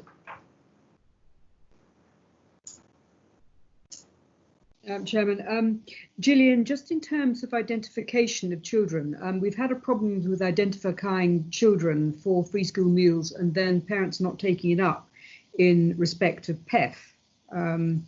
I just wondered whether there's any silver lining in this, Gillian, that we might be able to identify children and say to the government, look, these are the children who are in receipt. Yes, and I think that any actions we can take to try and encourage families to see this as non-stigmatising, and actions that we can take to make sure families have the benefits that they are entitled to, and then if that happens to increase our funding ask to Scottish Government with regards to the PEF entitlement, then that's a silver lining. But no, it's really important that schools see this as non-stigmatising, and if there's ways that anonymously parents can be given this benefit, I think that's a really important principle to stick to. Thank you, Gillian. Members will go to the recommendations if no one else wishes to speak. So at 2.1, can we note the current arrangements in place for delivery of free school meals during COVID-19, as is outlined in 3.1 and 3.6? Noted. 2.2, can we agree to the option-based model, giving families a choice of 3 options for provision of free school meals, as in paragraphs 3.9 to 3.16? Okay. And 2.3, agree to an evaluation of the choice model to help shape our future tackling poverty and inequalities work and free school meal arrangements, and that's as detailed in paragraph 3.17. We're all agreed. Thank you very much. Thank you, Julian. Next item is COVID-19 emergency response support for childcare providers, report by Director of Skills, Education and Learning. So this report provides members with an outline of the arrangements the Council has in place to support childcare providers, both those who remain open and those who have closed. This report is presented as an additional late paper for member consideration due to emerging policy advice. The report should not be delayed to a later meeting due to the need to support childcare providers during this period of emergency response. Gillian Bryson's still with us on Teams to assist members with any questions. Gillian, is there anything you'd like to add to this one? Thank you, Chair. This is it's quite a technical report, and I know that we've been waiting for some national advice regarding the detail of how to ensure our private and voluntary sector childcare providers and childminders are paid for the hours that they are working and for the hours that they were commissioned to provide. So in the absence of national guidance as yet, and as Paul set out in his paper, this is our response in principle that we will adhere to the Scottish Government's instruction to pay the Term 4 payments for the childcare providers who have closed. But we will recognise the very important contribution that the providers who remained open, and in the main the childminding sector, who are a critical responder in this pandemic, that they are supported, and that they are given our council support by making a payment for the emergency hours that they remained open. Thank you, Gillian. I think it's very important, and I welcome the report. Members, any questions or comments on this one? Ivor? Just so I've got this right in my head, we are paying out the term for to businesses that have closed, and would they then have the opportunity to actually say, well, we've had to close our business to the government, and then we get their 80% of their self-employed stuff later on come June? That's absolutely the case, Councillor Hislop, absolutely the case. That has caused quite a lot of discussion across the sector, but that is what they're entitled to, and the letter that was set out as Appendix 1 gives the detail of how the open and transparent bookkeeping should be taken forward, and we've included that in our letter to all providers. That hasn't been universally welcomed, I have to say, and you know the history we have with some of the accounting that we've discussed with our providers, but I think it's very clear in the Minister's letter that that's what they're expected to do, and we, along with other Directors of Finance, have followed that advice. Thank you, Gillian. Are there any other questions or comments on this? Okay, members, we'll go to the recommendations. At 2.1, are we content to note the Scottish Government position taken to ensure financial support to early learning and childcare providers who close their businesses? That's in paragraphs 3.3 to 3.36 and also in the appendix. And at 2.2, are we content to agree the approach to supporting early learning and childcare providers who have remained open to provide childcare for key workers as set out in paragraphs 3.7 to 3.10? Good, thank you, members. The next item is Energy Efficient Scotland Area-Based Scheme 2021, report by Head of Economy and Development. The purpose of this report is to seek members' agreement to the Energy Efficient Scotland Area-Based Scheme, that's 2021 projects for the Priest and Galloway, and to note the funding allocation for the coming year from the Scottish Government. This report is presented as an additional late report for member consideration due to notification of the sum allocated to this region being received on 20th April 2020. The report should not be delayed to a later meeting due to a deadline for submissions being set at 15th of May 2020. Jamie Little is present in the room to assist members with any questions. Jamie, is there anything you'd like to add to the report? Thanks, Chair. Nothing further to add to the report at this time. Thanks very much, Jamie. I'll open that to members' questions and comments now. Ian? I suppose the obvious one is obviously construction shut down at the moment. So you're looking at that, and this is right in the middle of that, Jamie. So I just wonder if the restrictions are lifted, what impact would it have on the delivery of this? Question. Thanks, Chair. The restrictions are obviously applicable to the scheme as well. The site works that were in progress up until the 23rd of March have all been shut up and kept safe and regularly inspected. Clearly, we're working with the Scottish Government as that's within their advice to do so. So we've continued working with them in terms of when we will restart these works. Although there are deadlines set in the guidance of delivery being completed on this particular year of funding, 2020-21, by May 21, that will obviously be kept under review by the Scottish Government based on the advice. It's the same position with this year's funding allocation that's still ongoing. Well,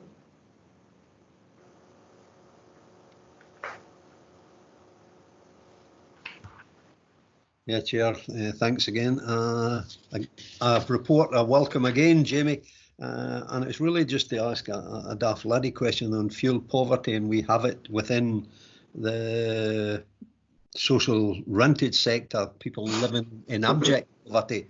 I'm quite sure that meet the 20% levy or bracket there in that. Will this scheme apply to, or is it to the social rented sector, or is it just for the private sector in terms of tackling fuel poverty? And the other question is, as you and I met just before lockdown in terms of businesses coming back and offering service to provide to the privately rented sector schemes that are able to respond to some of the measures that are required under this scheme.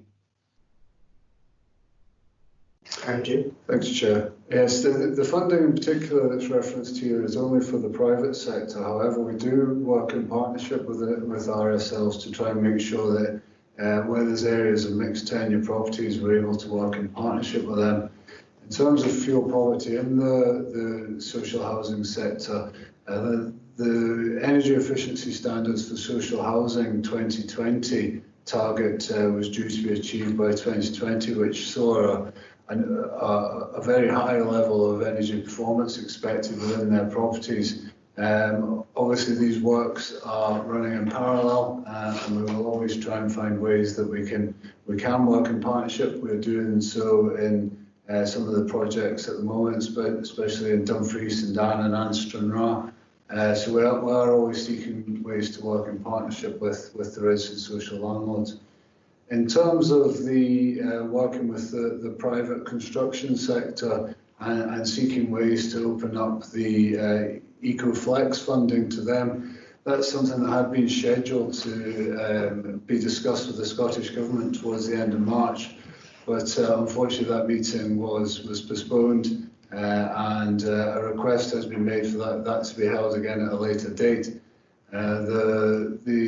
We are trying to find ways that we can also further support the local construction industry in any way possible, and we'll continue to do that. And I'm happy to keep you abreast of conversations as they go forward. Thanks, Jim. Much appreciated. Thanks, Rob. Archie, you're next. Yeah, thanks here. Jamie, I just want to get a 3.6.2 in the certain property types will be eligible for different levels of eco-funding. Obviously, there is the energy company obligation and the EcoFlex that you actually discussed there at the moment. I'm just wondering how many people are aware of this, especially those private owners who actually use their house as a place to live rather than rented accommodation. Thanks, Chair. The funding that's being discussed here is open to owner-occupiers and private tenants. Eco-funding is available to both of them. The Energy Agency work to promote all these schemes as much as possible, carrying out a lot of publications, advertising, attend community council meetings. They're trying to make people as aware of this as is possible. In terms of the eco-funding, the way it's used in these schemes is to apply measures additionally across whole street projects, and also to try and make sure we're keeping customer contributions down. The Energy Savings Trust and the Energy Agency do offer quite a range of advice on this, and we'll hold the hand of the applicant if it's required to make sure they are aware of all the funding that they can receive. Thank you. Thanks, Jamie. Thanks, Archie. If there are no other questions, we will move to the recommendations. So, members, 2.1, are we happy to note the outturn position of the 18-19 Increasing Galloway Home Energy Efficiency Programme for Scotland area-based scheme? That's at paragraph 3.3. 2.2, are we content to note the funding allocation of £2,118,958? It comes up easier. For the Increasing Galloway Council HSAB scheme in 2021, that's paragraph 3.4. Noted. Every penny welcome. And at 2.3, to agreeing projects for the Increasing Galloway Council Energy Efficient Scotland area-based scheme for 2021, that's outlined at paragraph 3.5. Agreed. So agreed. Thank you, members. Thank you, Jim. Thanks, Chair.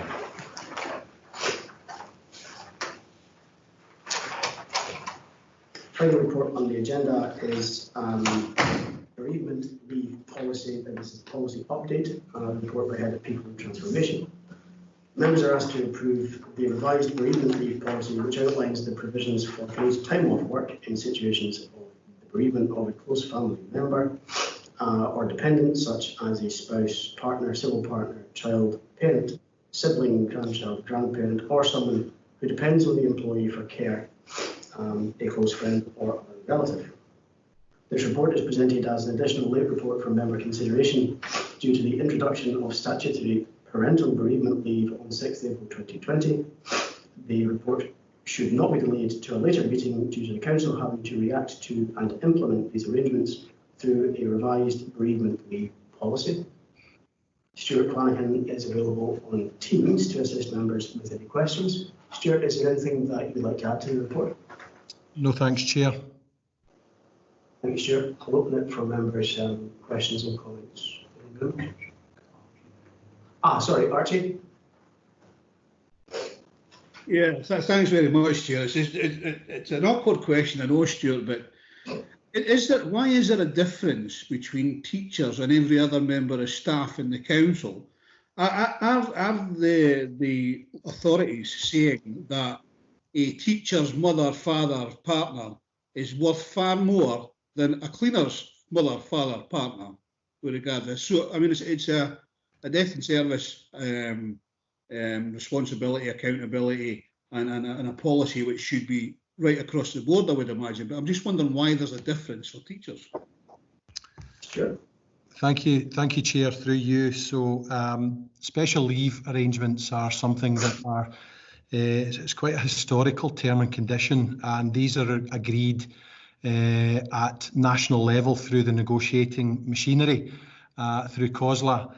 And I think it's fair to say that there tends to be in some areas some differences that have been agreed through the teaching unions versus the Scottish Joint Council unions at that national level. So special leave is something that has been on our books for quite some time, and now we have an opportunity to obviously make things right in terms of consistency and parity across occupational groups. If I can come back. Archie, do you want to come back? Yeah, please. So what I'm hearing is obviously teachers work a different set of hours to other normal sort of workers that we would have in the local councils. Therefore, we've got to take that into consideration for instance, when they're on holidays, summer holidays, and the different times that's actually happening. So I would take it that's one of the reasons. Is it? Well, certainly, there obviously there's some situations where they're unable to leave the workplace compared to perhaps a non-teaching member of staff. So I think there's something historical there about being based in a school and teaching within classrooms and children as well. And I think that, you know, we see some differences there in other things as well, such as attending graduations and attending weddings for teachers. So there are little differences there based on the employment profile that have been within the terms and conditions of each occupational group for a number of years now. Okay, thank you. Thanks, Stuart. Thanks, Archie. Any other questions on this item? Okay, in that case, members were asked to consider and approve the Council's updated bereavement leave policy Appendix 1. Are we content to approve it? Yep. Okay. Thank you very much, members. There is no other business which is urgent due to need for a decision. I'll draw this meeting to a close, noting that as matters stand, the next meeting of the subcommittee is planned for the 22nd of May, and the forward plan is available on the Council website. Thanks very much, everyone, for your attendance and your contributions. Thank you. Thank you.